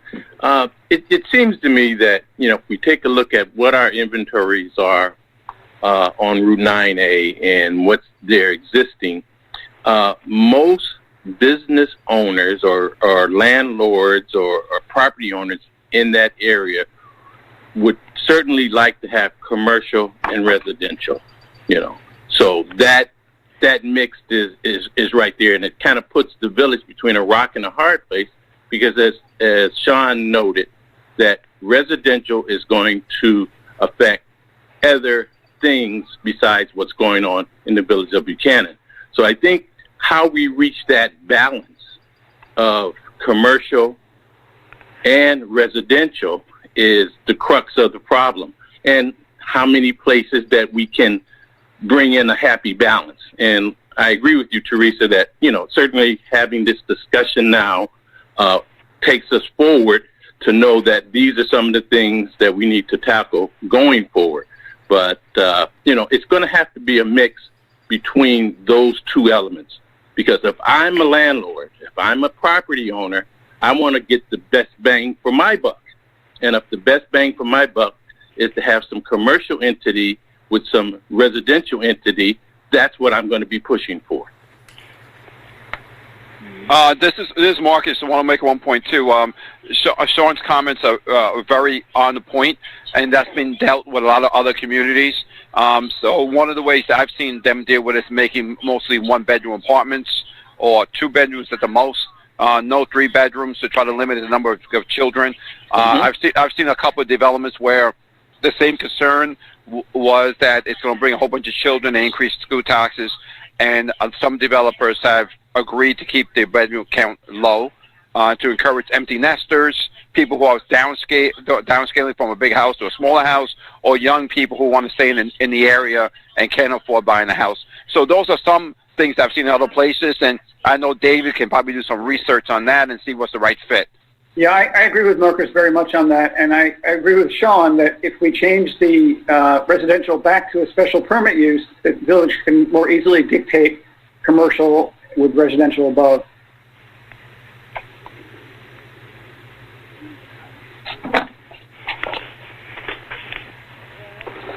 Any other comments? So maybe it'd be a good idea, Sean and other planning and zoning board members, maybe to email some of those questions to David and to the group, so we can have something documented and then be able to respond to those questions in a written format, and then the board can decide how to move forward on this. That's my suggestion. Hey, Gary Bell here, zoning board. Yes, go ahead, Gary. Listen, I really don't have any comments now because I've taken a lot of notes, and I want to review some of this stuff. And then I am going to have some comments for the board and for the rest of the people involved. Thanks for having me tonight, Doc. All right, thanks for signing on, Gareth. Thank you. We appreciate it. Mayor, would you like Victor to go through the design guidelines briefly? If you could do that briefly, that would be great. Yes. I'll try to be brief. I'm sorry. That's okay. Just need to share my screen. Okay. We'll get the whole overview tonight, and then we can discuss it as as we go along. Oh, why can't I find it here? Like I said, I have not made a decision on this myself, but I was willing to hear it and keep an open mind and to look at it. Thanks, Nick. Thank you. Do you see it? No, but Nick's holding it up. Eileen. Yes. No, we cannot see, Vincent, we cannot see your screen. You should be able to see on the bottom, share your screen, and then click. There you go. Now you're coming up. Perfect. There you go. Great. You got it. All right. Well, I'll try to be brief. I mean, one of our tasks was to develop design guidelines that could be used within the overlay district. And these could be used, obviously, when you're doing a review of a private development or even public projects that may involve the streets or other public spaces. We set it up so that there's 7 sections: building location and orientation, building design, access, movement, and streetscape, signage, landscaping, public spaces, and lighting. I'll point out again, this is just a draft. We tried to use images from the village as well as other towns and villages in New York and Connecticut as well to kind of highlight some good examples of design and some things that you want to try to avoid. So just quickly, I'll just go through some of the key highlights of each of the sections. And then hopefully when everyone's had a chance to kind of read through, we'll get back comments from everybody and modify the document. And Dave's mentioned some of this already. In terms of building location, parking should be sited behind buildings. Obviously there's a goal maybe to establish a build-to line for future development along the corridor. That's something we'd like to see. We want to avoid parking in front and on the side. We want to have buildings that address the street. We want to encourage multi-story, at least 2 stories. Again, parking in the rear, small setbacks from the street where possible. We've provided a number of recommendations in the building design area in terms of architectural style and building form, also building height and massing. Where possible, we like to encourage, new buildings when they come in to be in a historic type of style. You've got that already located in the village, which is nice. Mm-hmm. Again, multi-story buildings where possible, and those should have some type of continuous architectural treatment. We've given some guidance on roofs and roof massing, pointing out some of the types that should be designed. Gable, hip, mansard, gambrel, shed, those are a few. The roof ridges should be either parallel or perpendicular to the street. There's even some guidance in here on actual roof pitch with specific numbers, minimum and maximum recommendations. Those can be changed. This is just our initial cut at that. Some examples of some good design regarding roof pitch and design. Also how medium-sized retail buildings can usually incorporate pitched roofs. Some other things in terms of facades, in terms of contrasting materials, should be used between lower floors and upper floors. Another thing is how screen walls should match the surrounding buildings to hide garbage, and also how window treatments should be balanced in terms of their placement. The next section is on access, movement, and streetscape. We'd like to see sidewalks where possible, at least 6 feet for pedestrian traffic. Ideally, those should be located 4 feet back from the curb to separate, walkers from traffic. Crosswalks at all the appropriate locations. Those should all be approximately 10 feet wide.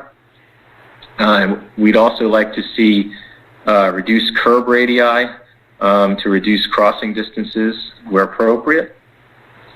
Trying to connect the sidewalks in locations where they're missing is a key to help pedestrian movement through the corridor.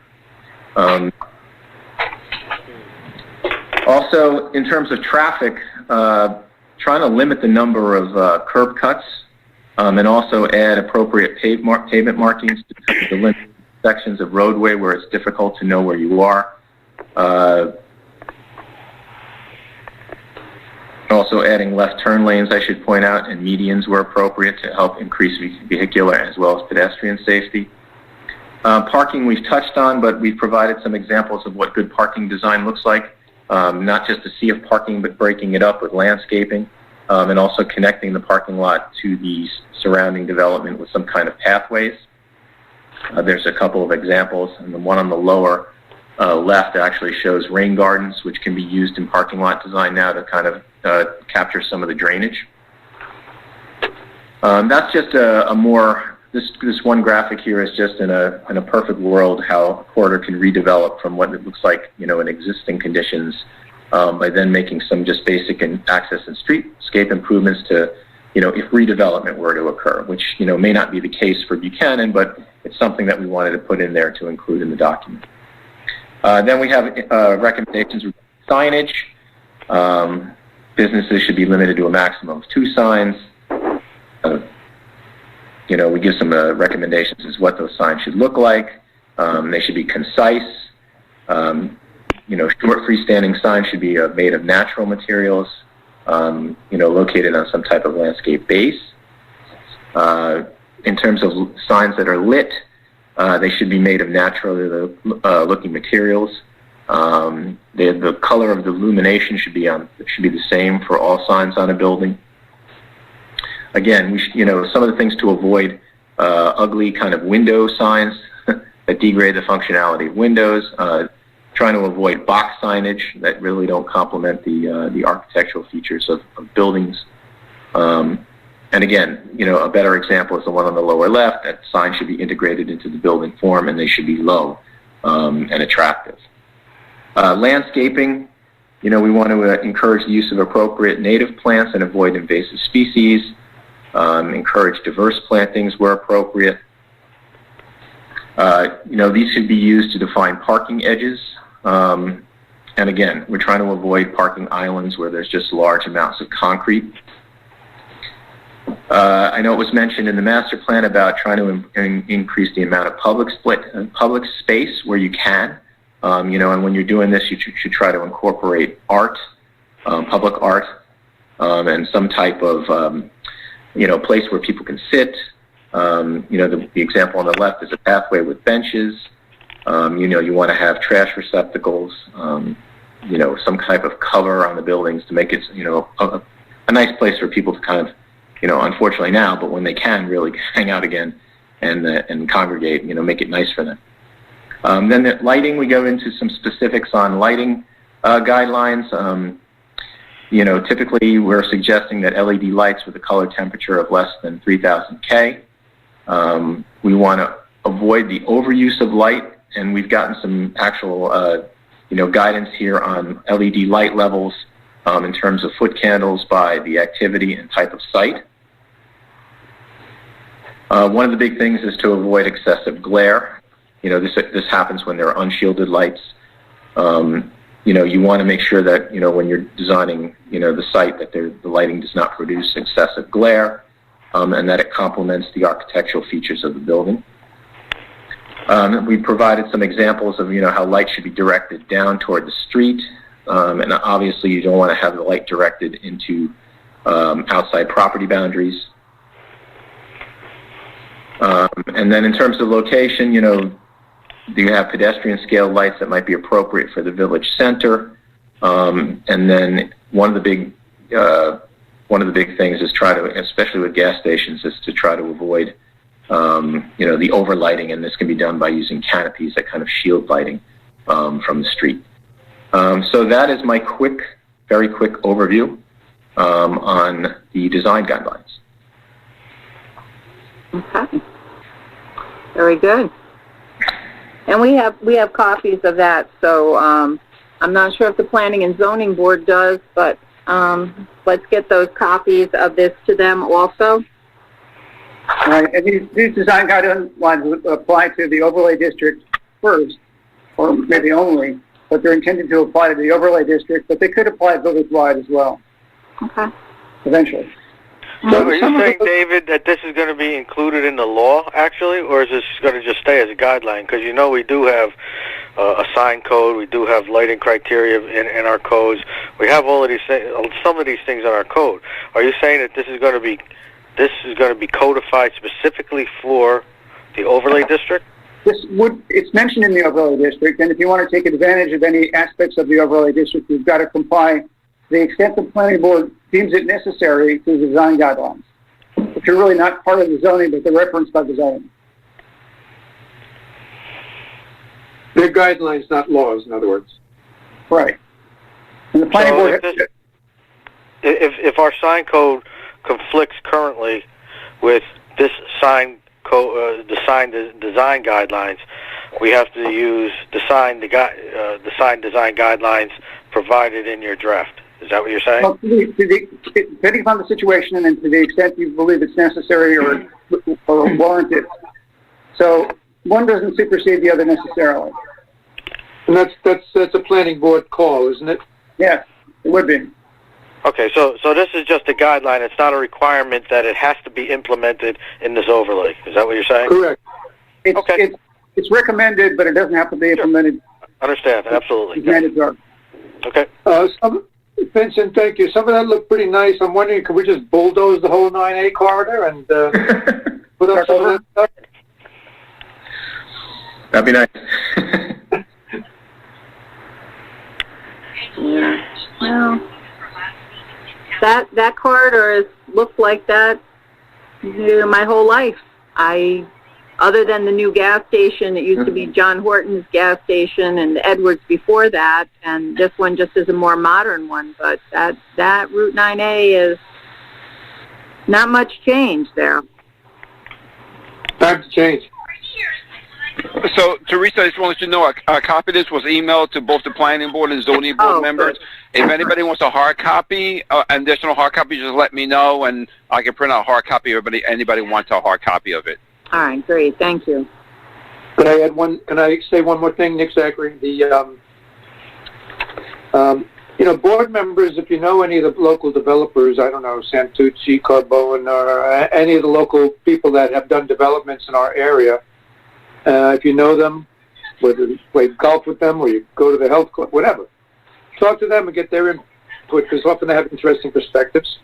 One developer told me when we talked about taking down that White Street house, and I said, hey, wouldn't White Street be a nice place to put a few townhouses? And he said, yeah, but how can I sell them when you're looking at that rundown building across the street? Which brings me to something that our building inspector's done a great job with. He's got his hands full, but there's definitely some code violations going on there across, like on White, the Selleck properties, and that's got to be part of this too. You can't sell nice places to live across the street from a junkyard.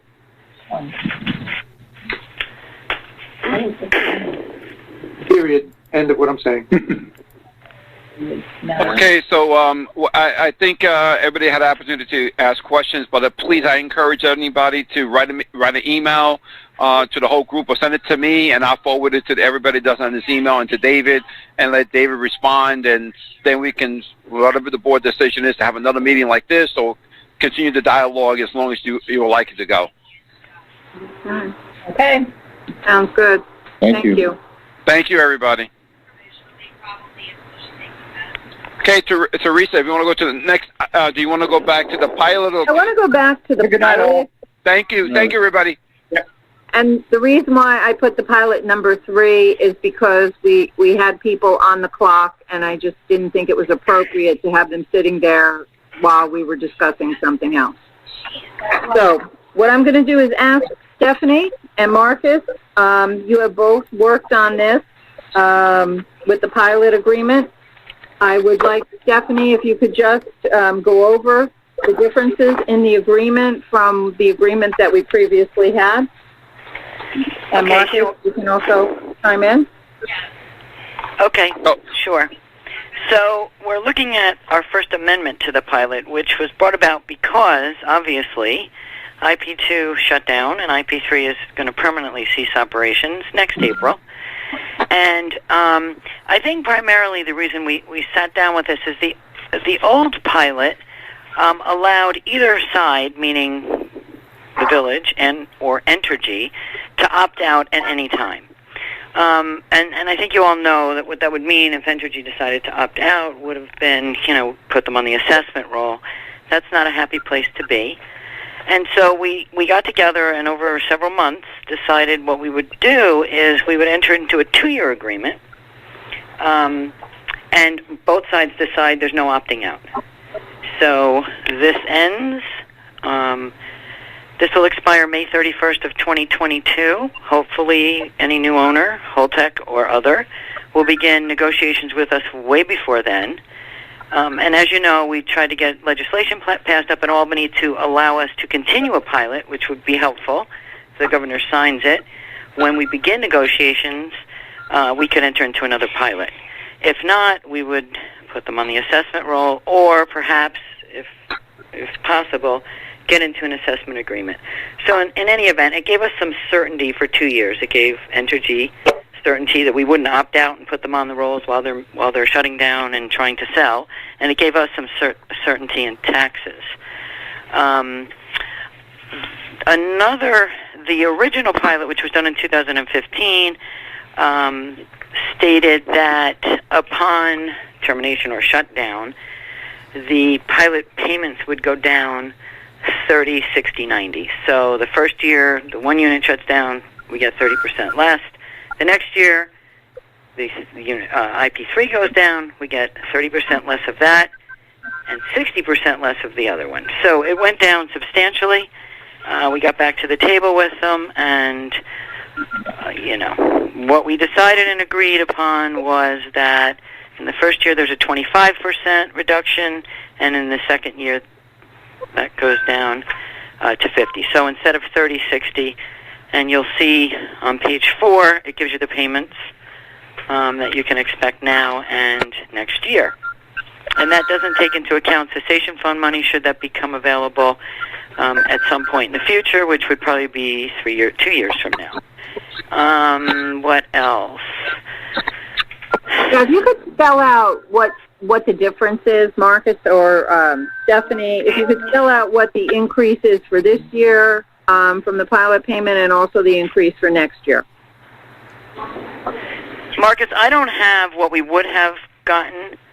This year I have the new figure, which is $2,467,511. Do you have handy? I think the increase for this year was going to be about $75,000 or $79,000. So by renegotiating this year we have gotten that much more. That's correct. Next year, I believe the increase would be another $139,000 above what we would have been getting if we kept the pilot the way it was. You got it, Teresa. That's absolutely correct. Okay, so that's additional, money, which is important. Mm-hmm. We also,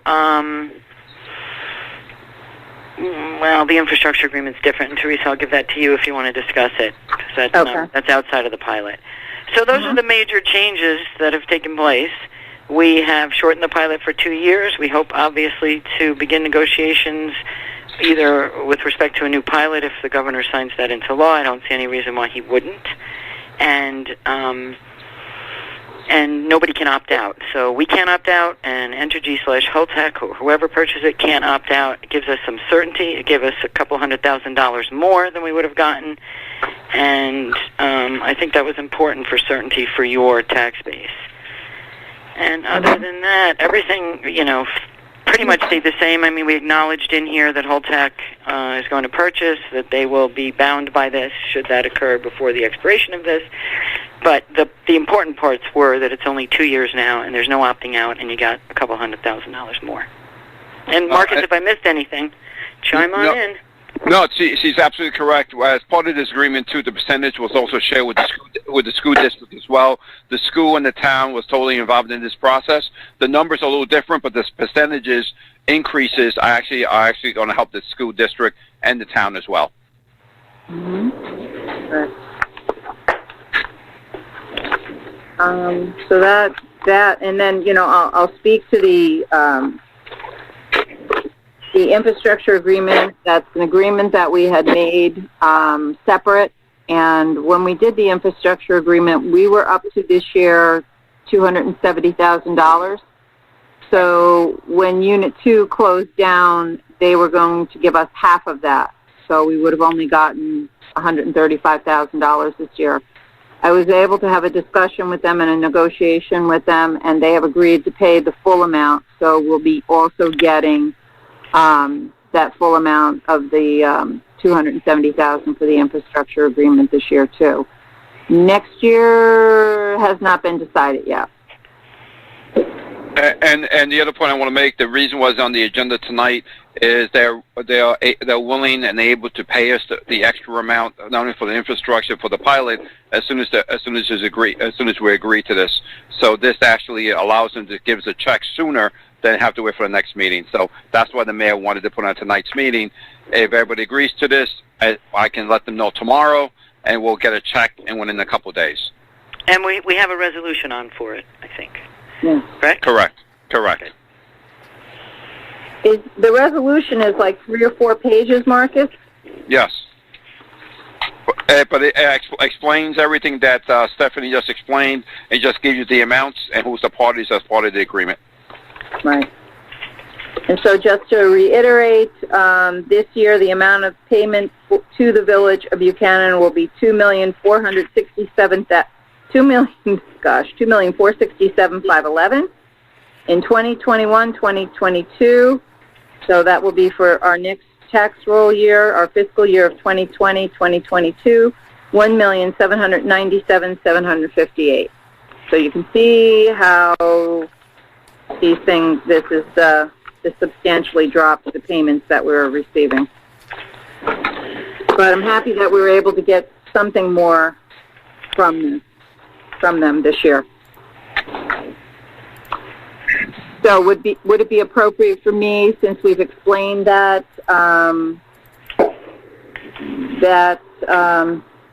just to read the first couple of lines, the first whereases, and we've explained everything else? Yep. Okay. Whereas in connection with the scheduled permanent shutdown of the facility, the company and the tax jurisdictions have had discussions regarding the amendment of certain provisions of the respective pilot agreements into which they entered. Whereas the Village and the company, Entergy, now desire to enter into this amendment as herein provided. Comes down the name, receipt and division, and knowledge of parties. Okay. And we now, therefore, for in consideration of the premises and the mutual covenants herein after contain the receipt and sufficiency of which are hereby acknowledged, the parties hereby agree as follows. So Stephanie has gone over the different amendments to the pilot. So she has covered absolutely everything. But the most important changes is it's a 2-year agreement, and it's the increase in the funding that we'll receive. Correct. And if the board is willing to adopt this resolution, is to authorize the mayor to sign the agreement as explained by Stephanie. Does anyone have any questions or comments on it? I make a motion to approve this new pilot agreement. Second? Need a second? Anybody? Second. All in favor? Aye. Is that unanimous? Yes. Okay. Okay. Thank you, Stephanie, and thank you, Marcus. I know a lot of work went into that. I appreciate it. We appreciate it, and thank you for your diligence in pursuing this. You are very welcome. Stephanie did a lot of work on this.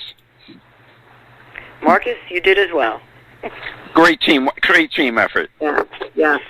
Yeah, Stephanie, Christmas time, look for a little something underneath your tree. From who, Entergy? I don't think so. I don't think so.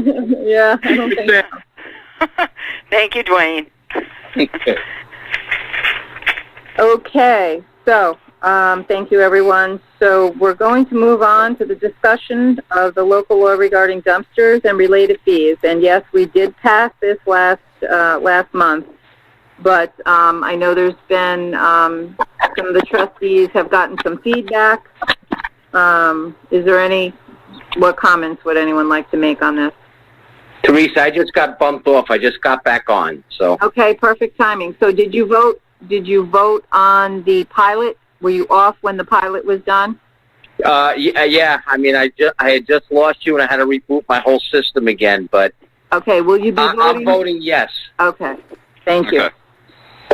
So the question is going to be we talked about the local law was passed. The question was the fee. My recommendation originally was $30. So the question would be: is everybody okay with the $30? I know there was some people complaining about this overall law and complaining about the fee. So the question is the fee okay? Agree with everybody else? Do we keep it at $30, or do you want to lower it down for any other amount? That's a board discussion. I think it should stay the way it is. First of all, everyone's paying taxes to cover garbage pickup. Residences get their garbage pickup. The dumpster collection includes one free dumpster and it includes all the recycling for free. It's only if you have more than one dumpster, and it's really only, you're talking about half a dozen properties in the whole village that have more than one dumpster, and really only two that are going to amass any kind of fees, WIC being the primary. I mean, it seems reasonable to me. Even I'm done. I thought we agreed to all this already. We did, but the question came up again, so we put it back on the agenda for further discussion. Okay. Is everybody out? I just want to, you know what? There's been some discussion. There's been some complaints. You know what? This is the opportunity to get a workshop to discuss it further. Yes, we did pass it, so just wanted to make sure everybody was on the same page and we're moving forward. Yeah, bye, Teresa. I say just leave it the way it is. Good. That's all we were asking. If you have one dumpster, you're entitled to that included in your taxes. If you have more than that, you're using more, disproportionately using more service and more of the village's resources, and you're paying a small amount.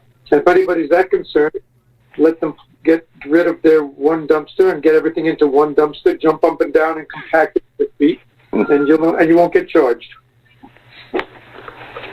Okay, perfect. Thank you. Okay, so Marcus, would you like to continue with the subject? Yes, Nick, that was I don't know how anybody else, outside dining. I know we had a quick discussion about that at the last meeting. I know that some people said they might talk to some other people about outside dining. Everybody's interested. So I don't know if you heard anything differently. Well, I think that Fat Sal's has set up outdoor dining in his parking area, which is allowed under the current phase 2 or whatever that is, right? Isn't that countywide? Did they allow that? The outside dining is allowed as long as it meets your local law and local requirements. Correct, and it should be on a site plan. With due respect, it's okay for phase. When they talk about the phases, right? I think they're not giving carte blanche to people to just do whatever, despite their site plans, what's permitted within the site plan, whether they've amended their site plan, whether they have there's liabilities issues, there's insurance issues, which is why the planning board tends to take that on and look at it and study it. That's correct. I think it might be a little bit presumptive to think that just because the governor made phases, it's a free-for-all, with due respect. Mm-hmm. Correct. So I guess there are guidelines. Anthony, are you still with us? I think Anthony should. Anthony, are you still there? He might have hung up. I don't know. No, I don't see him on here. I think we might have. I don't think we really need to discuss this because, if anybody, there's only a few businesses that could possibly have outdoor seating, and if they wanted to pursue it, they'd be doing it by now. Correct. Okay, and so I think we should not waste our time with this. Okay. I'd just like to make one comment, though, and I don't want to hurt any of the businesses. I'm not saying this, but, Fat Sal's does have the tables outside in this parking lot, but then he also does have 10 cars in that parking lot. And the 10 cars, 12 cars are there a lot. And I've spoken to Anthony about this. There's overcrowding going on somewhere that there's 10 cars. There's only one apartment upstairs, and even overnight, there's 10 cars in that parking lot and tables out back. Teresa, he did find an illegal apartment in that complex, so he actually... There's still a lot of cars there, yes. So there's something else going on somewhere. I don't know if cars are parking from neighboring... is he letting the building next door? Do they have insufficient parking? But then if there's that many cars there and both sides have parking, we've got an overcrowding issue somewhere. So you can't have 14, 16, 18 cars for 3 properties. You know what I'm saying? There's something's not adding up there. Yeah, so we're still looking into that, just to let everyone know, because that just doesn't look, that's fine. You got the tables outside. Yeah, it's not in the site plan. I get that, but it's not a permanent situation. But you got all those cars around there too. Like, I don't know. I'm just That's a separate issue from the outdoor dining, but yes, but they're going to have the outdoor dining there, but then you have the cars there. Is that right to have cars when you have tables there? I mean, they're that close. It's a small lot. Anthony's double checking the site plan for Fat Sal's and see what the requirements are, and I'll let him know to double check the parking situation. Thank you. Okay. Good. Okay, the next, Marcus, is discussion on how the public receives village information. Yeah, I know Nick, that's another one of yours. You were concerned that the people might be complaining or they not feel they're not getting enough information from the village. No, I'm not concerned about the people complaining. I just wanted to know, I wanted to understand what our best way of reaching people is. And I thought maybe, if we can find some way to assess it, just to know, are people getting on Facebook? Do people prefer an insert with the newsletter? Do they only go to the Journal News? Do they watch the village meetings online? I'm guessing that 2/3 of the village is completely oblivious to the fact that there's even a board. Let me just say, and there's other people on still online too to get other people's comments. We're one of the only communities still who are mailing a monthly newsletter to the residents. Yeah, bad. I don't see nobody else is doing that. So we got that. We got MailChimp. We got the Facebook page. We got the website. I don't know what else to do. We got Code Red. Unless any other resident has any other suggestions, I don't know what else to do. We are spending a good amount of money on a monthly newsletter between postage and paper and everything else. So I think we should get a town crier. Hey, Rich, I think you would do a great job at that. I want to help them.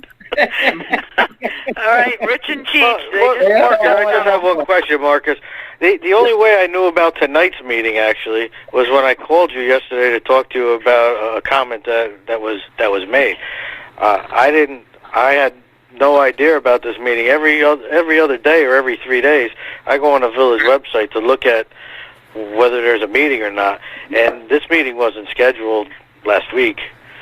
So, I proactively look at this, not every day, but as a member of the planning board, for being invited to this meeting, I should have known, before last night. I know you had said that you had sent out an email, but I had checked with my other planning board members, and many of them didn't get an email last Friday.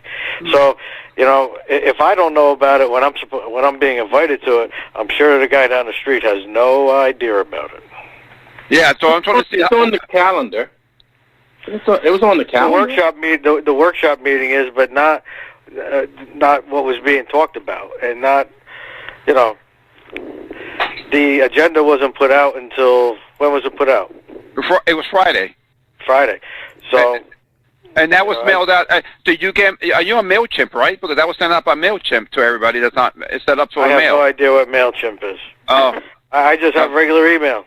Yeah. And I've had the same. I've had the same email since 2004 when I became a planning board member. So the question for the last 16 years, I've had the same address.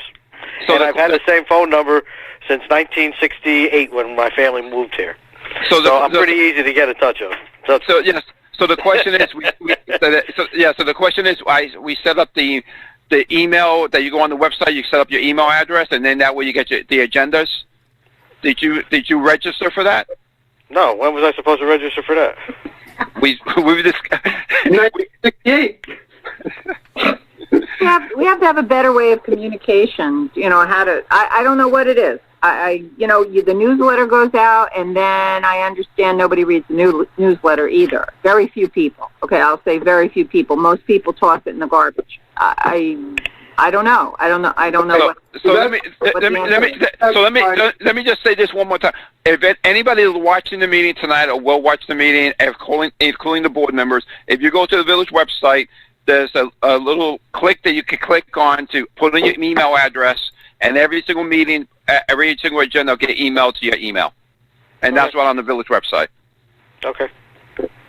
Everything you guys are saying is exactly why I wanted to do an assessment.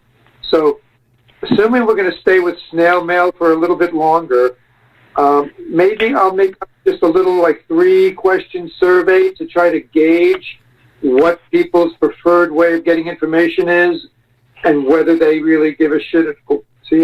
There you go again. Naughty, none of that. No. Whether they even give a darn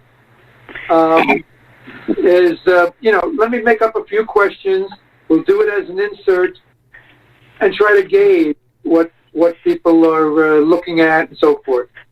Hey, Nick, can I say, I just think all of the above, as many ways as possible, is the way we should go with that. And certainly at some point, as we continue in this digital age, the newsletter is going to become obsolete. But for right now, all of the above. Yeah, old people like me like paper copies. Yeah, me too. I got it on my magnet on the refrigerator so we know what garbage to pick up. Yeah, absolutely. So we use Twitter, or nobody uses that? Uses what? Twitter. Twitter, little star? No. I'm a big Twitter guy. I don't know if everybody else does. I don't think a lot of people. Maybe the younger people are on Twitter, but Okay. Yeah. You used to put a lot of this stuff on the TV. So we can use that. Wait, Gary, say that again? You used to put a lot of this on the TV screen. We know the meetings and stuff, but I never see anything there anymore. Yeah. I don't get this because the clarity coming through 78, I have Optimum, is horrible. It's horrible. Yeah, Gary, the equipment there is very old. Mike Miner runs it, and it's going to be very expensive to replace that equipment. The one that has the encoder they used to put the messages underneath actually broke down, and that's a couple $1,000s to replace that. So we have to see if we can afford it. Well, part of the franchise agreement is that Cablevision will provide this kind of access. It was part of the franchise agreement that's renewed every 10 years to Verizon and Cablevision. When the new owners took over, they were cutting back on that, according to newspaper accounts. And Sean, that money came in whenever that was done, and that money was used up. So all that franchise grant money has already been used up. We have no money in the account to buy any. Well, that's renewed every 5 or 10 years, and 10 so years. It should have been up just. It should have just been up just now then, because I think we approved it in 2008. So 2018, a new franchise agreement should have been negotiated with Verizon and Optimum, if I'm not mistaken. Cindy, are you on the line? Because we had this discussion. I don't believe that they do that anymore. They don't give out money for equipment anymore. Are you there? Yeah, I'm here. I believe the law had stated that they had to provide that as part of the FCC regulations for switching from forcing everybody to put in cable. We'll take a look to see if when the agreement is expired, Sean. So I'll double check that tomorrow. Sean's right. It was, I believe, Sean. It was expiring sometime last year, and we looked into it. But we'll get back to you on that. Yeah, definitely. Absolutely. Hey, either way on that, if the agreement, they don't want to come up with any funds for equipment, let's have the attorney write a letter to them and say, listen, a lot of village residents are mad at Cablevision, and maybe that'll spur a little fire under them. That's just a suggestion. Absolutely. There you go. Sorry, Stephanie. That's okay. Okay, let's move on to, if everybody's commented on that. This is very difficult, these Zoom meetings. I really do not like them. So, but I think next month or the month after we'll be able to go back to the Yes. Yep. Discussion of the drive-in movie. Thank you, Marcus, for researching that and coming up with some prices. And wow. Yeah. They're steep and beyond our reach. Yeah, it's too much. I brought it up thinking it would be a nice, simple thing to do. It's way too complicated. I mean, some of the prices for one night was $1,250, $2,500. Oh no, yeah.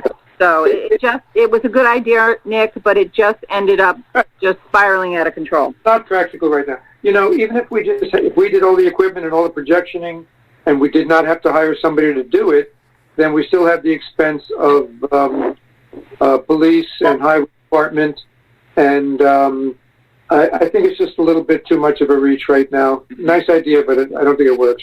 And just to let everybody know, the county can afford it. The county is, just anybody's on the line right now, the county is going to have a couple of nights to drive in. I think at the Kensico Dam, you have to pre-register, and it's $20 a car.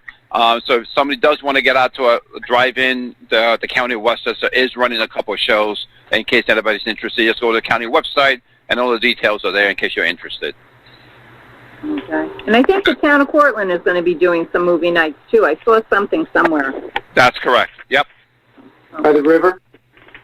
Yes. Oh, in some parking lot somewhere. No, the lower parking lot at the train station. Oh, okay. Huh?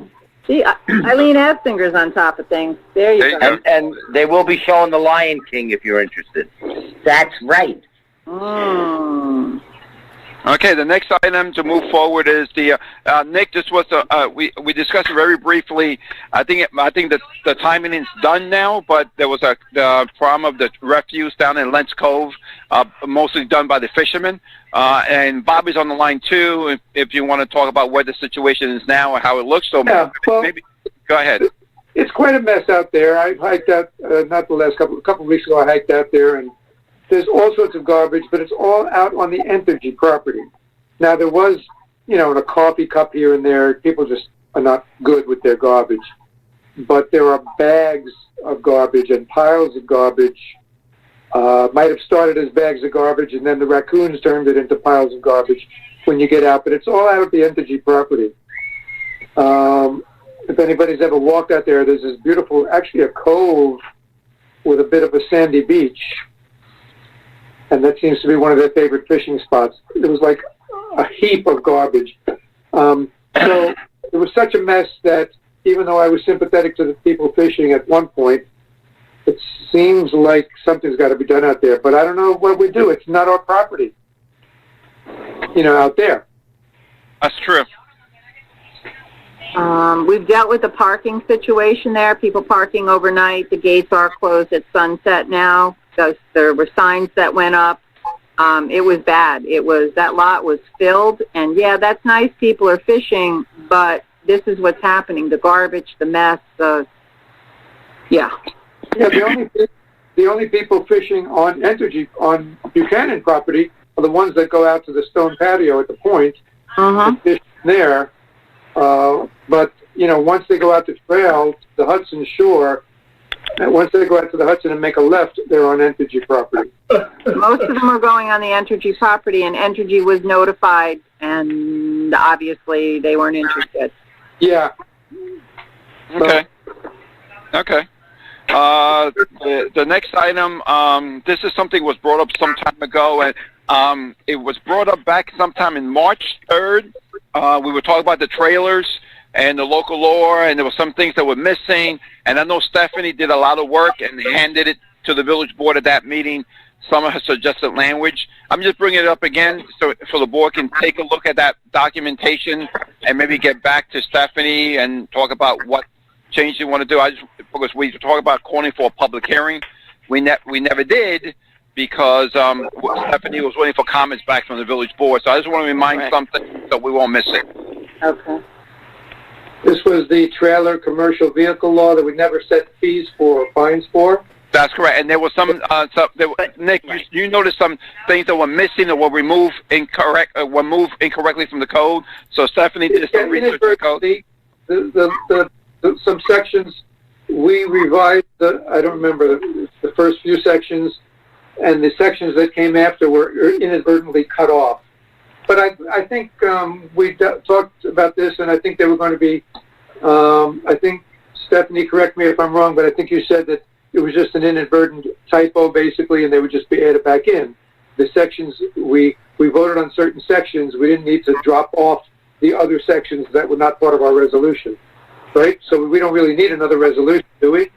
No, but I did write it to you, and I was waiting for some comments back, whether that was what you wanted to keep in there, were there any changes you wanted to make since we were looking at it, and then the fees, which we'll do now or next week. I think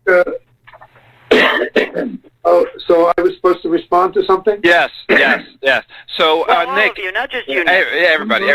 So I went back to the meeting for March 3rd, and Stephanie handed out a document with the recommended language. So, and she asked for everybody to take a look at it and come back with their comments, and then we can call for a public hearing again to fill out that language and to set up the fee structure. Correct. We can do it both at once. Right. I thought I replied to that. Maybe I forgot to hit send. Mm-hmm. Okay. Okay. That was supposed to be sent. Yep. So there was that was the last item on the agenda that was sent out, but some things have come up recently. So, thank God! I thought we were done. Yeah. So Teresa, if you don't mind, just two quick things that. Sure. Yeah, and I just have a few things also. Okay. One is I sent the village board. There was a request from, I guess it's the Little League that uses the field to play, and they want to come back and play.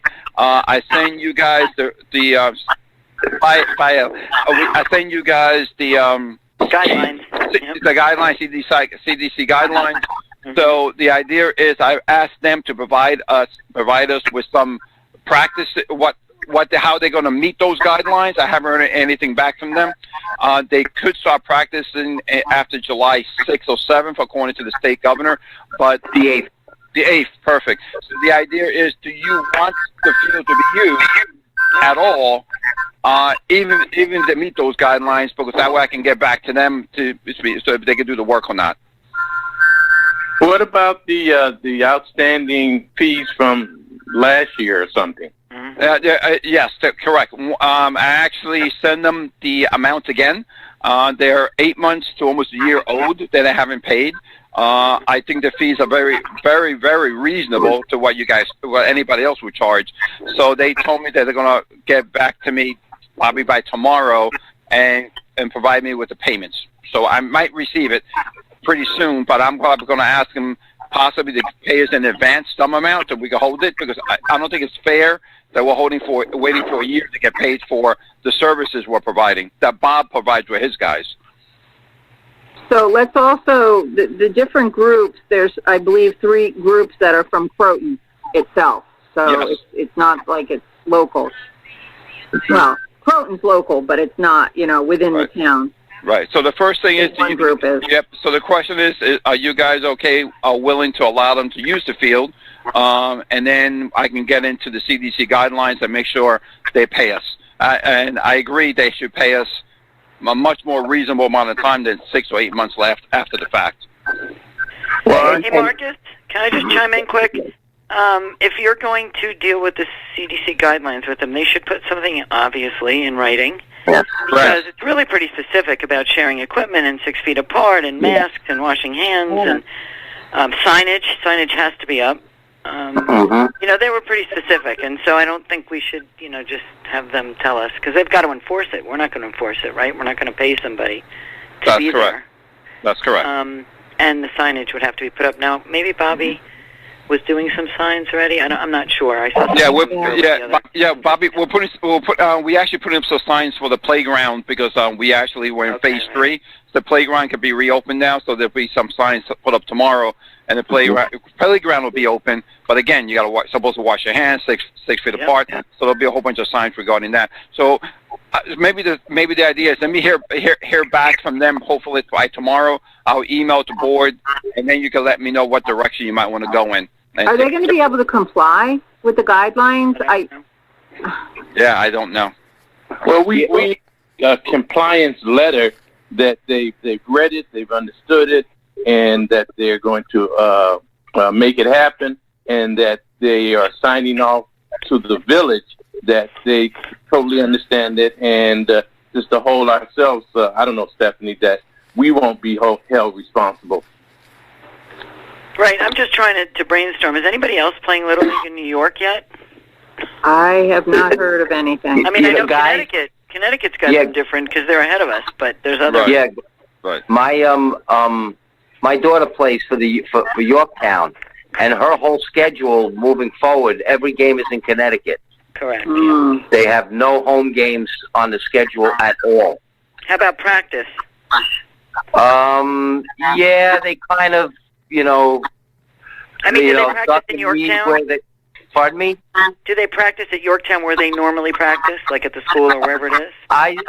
Where they do practice is they go over to FDR Park, and they don't have they don't use the fields. They just spread out on grass, and it's very informal. They don't have use of the field. So probably the county. So maybe the county doesn't know they're practicing on their fields. I don't know that. I don't Correct. know. Right. But I mean, if you see a bunch of kids throwing a ball around on grass, I don't think anybody's going to say anything. That's right. That's right. But they don't use the field, and all of her games are in Connecticut so far. And by the way, is this practice, Marcus, or are they playing like a? I mean, I don't even know who these kids are, or are they young adults? I don't know anything about. His original email was that we're asking for permission to use your fields again. So I did email him back and said I need more specifics. Are you talking about practicing or actual games? Because games on the Face Street, there's no games allowed at all. Correct. That's why I'm asking. Right. Yep, I agree. So let me get some more information from them. Just want to get the board on the same page and see how we're going to move forward, okay? And then, and one last item, maybe before we go to a quick, maybe if I want to go to the executive session, but there's something, and I know the board members might want to say something too, but I didn't have a chance to send to you guys a couple pictures. Bob did a good work to send me some pictures. I just didn't have time to do it. We're going to steps down in Lynch Cove, and they might need some repairs or removal. So Bob, why don't you go through, there was 4 set of steps I think that you discussed.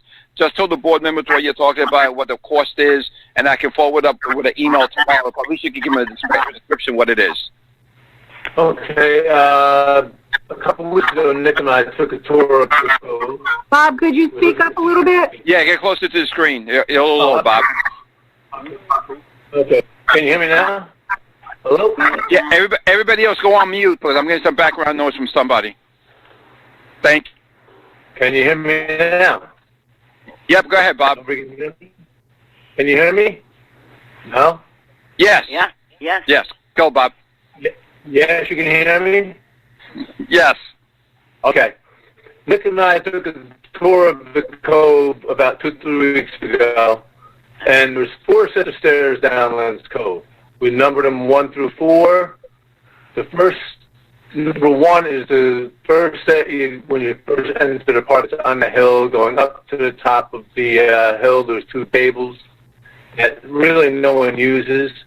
That staircase is really in really bad shape. I recommend that we just rip that one out and get that back to its natural grade that it had in the past. Because I don't really think there's any purpose of it being there, since no one goes up and uses those tables. The second set of staircases are handicap parking spots down by the dock, where the dock used to be. That set is in good shape. The next 2 sets are 3, which are small. It's about 5 steps. That staircase is shot.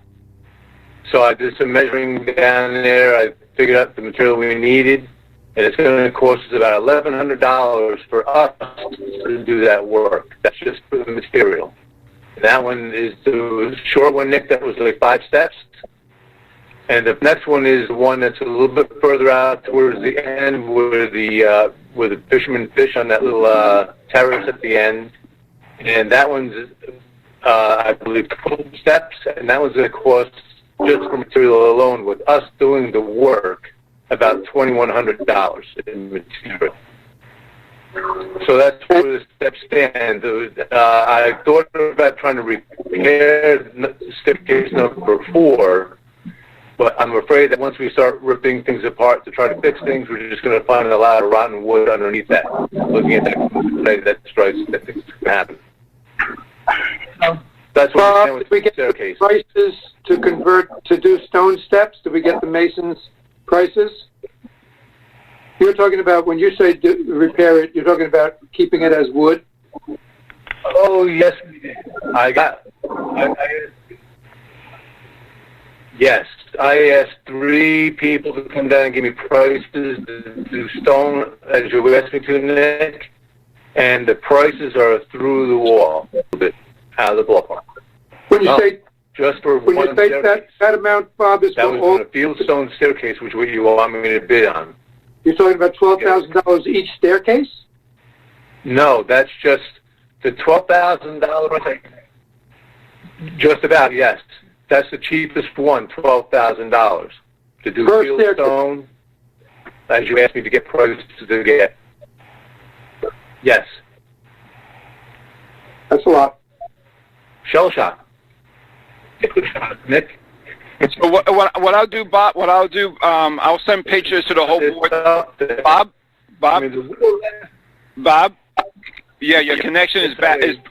Bob, your connection is pretty bad. What I'm going to do is I'll send the board members tomorrow the pictures and what the cost would be to replace the ones you think you should replace with the wood versus what the stone is going to be. So I really can have an actual picture and actually see the detailed cost behind it. Okay? Good. Right. Oh, good. More emails from Marcus. Okay, so that's all I have. That's all. Teresa, you're on mute. Okay, sorry. Whatever is dangerous, please, like, secure it. If it has to have tape around it or whatever, you know, we can't have them being dangerous and, you know, people getting hurt on it too. So we got to eliminate that staircase temporarily, then we'll do that. But also remember, Entergy has that $15 million community and environmental fund, and I have put in for things to do at Lens Cove. So not sure if we'll get it, but they are aware that we'd like some of that money for that and several other things, including a sewer treatment plant. So let's see where that goes too. Okay. Yeah, we talked about taking this money to do the stone steps from the recreation fund, but at $12,000 per staircase, that's, I don't know if that's deep. The recreation fund. Yeah. Yep. So that was it for the agenda. I have one item for executives, and Stephanie might have something as well. So, Teresa, anything else from you and the board members? The only thing I wanted to have a quick discussion about Buchanan Day, which is in September, because plans have to start being made, and I don't know. You know what? I know it's September. We're going into July. My thoughts on it are for this year not to do it, and you know, perhaps maybe have it earlier next year, have it in June instead of September, because once the summer is over, people are off and running, they're busy, there's all kinds of events happening.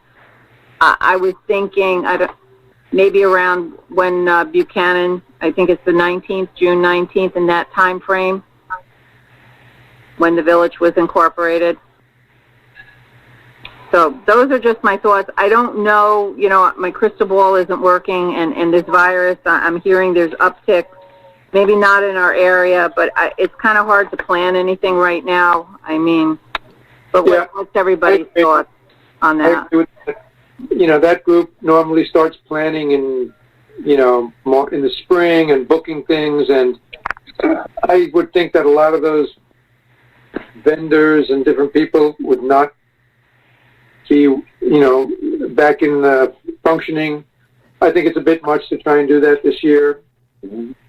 My opinion. I agree with you. I agree too, Teresa. So do I, Teresa. Absolutely. All right. Put out the notice that it's going to be postponed this year. All right. And then we'll just start working on next year's, that's all. I think it's a good idea to do it around our anniversary of the village. Yeah, I think that would be nice. Yeah. Well, let's wait for a vaccine. Yeah, well, hopefully that's soon. For the people that are on the call, does anybody have any comments or any questions, anything they'd like to bring up? I just have one thing I want I'm to sorry.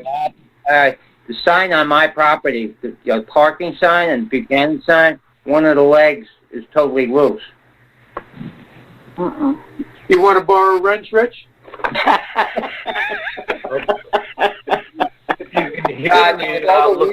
All the wind that we've been having, I don't know how. One of the answers is like it's just in soil, and it's come right up. Okay. All right. Anybody else? Okay, thanks, Rich. Okay, Right. Bob, you got that on your to-do list? I'll add it. Okay, good. All right. Anyone else before we go into executive session? And what's the executive session? Why are we, what? I have a request for possible litigation. Okay. Yeah. Uh-huh. All right. So, I'd like to make a motion to go into executive session to discuss possible litigation. So moved. Second. And no monies will be expended, so I want to always put that in there. Thank you. All right. Thank you. Thank you, everyone, for joining this evening. Thanks.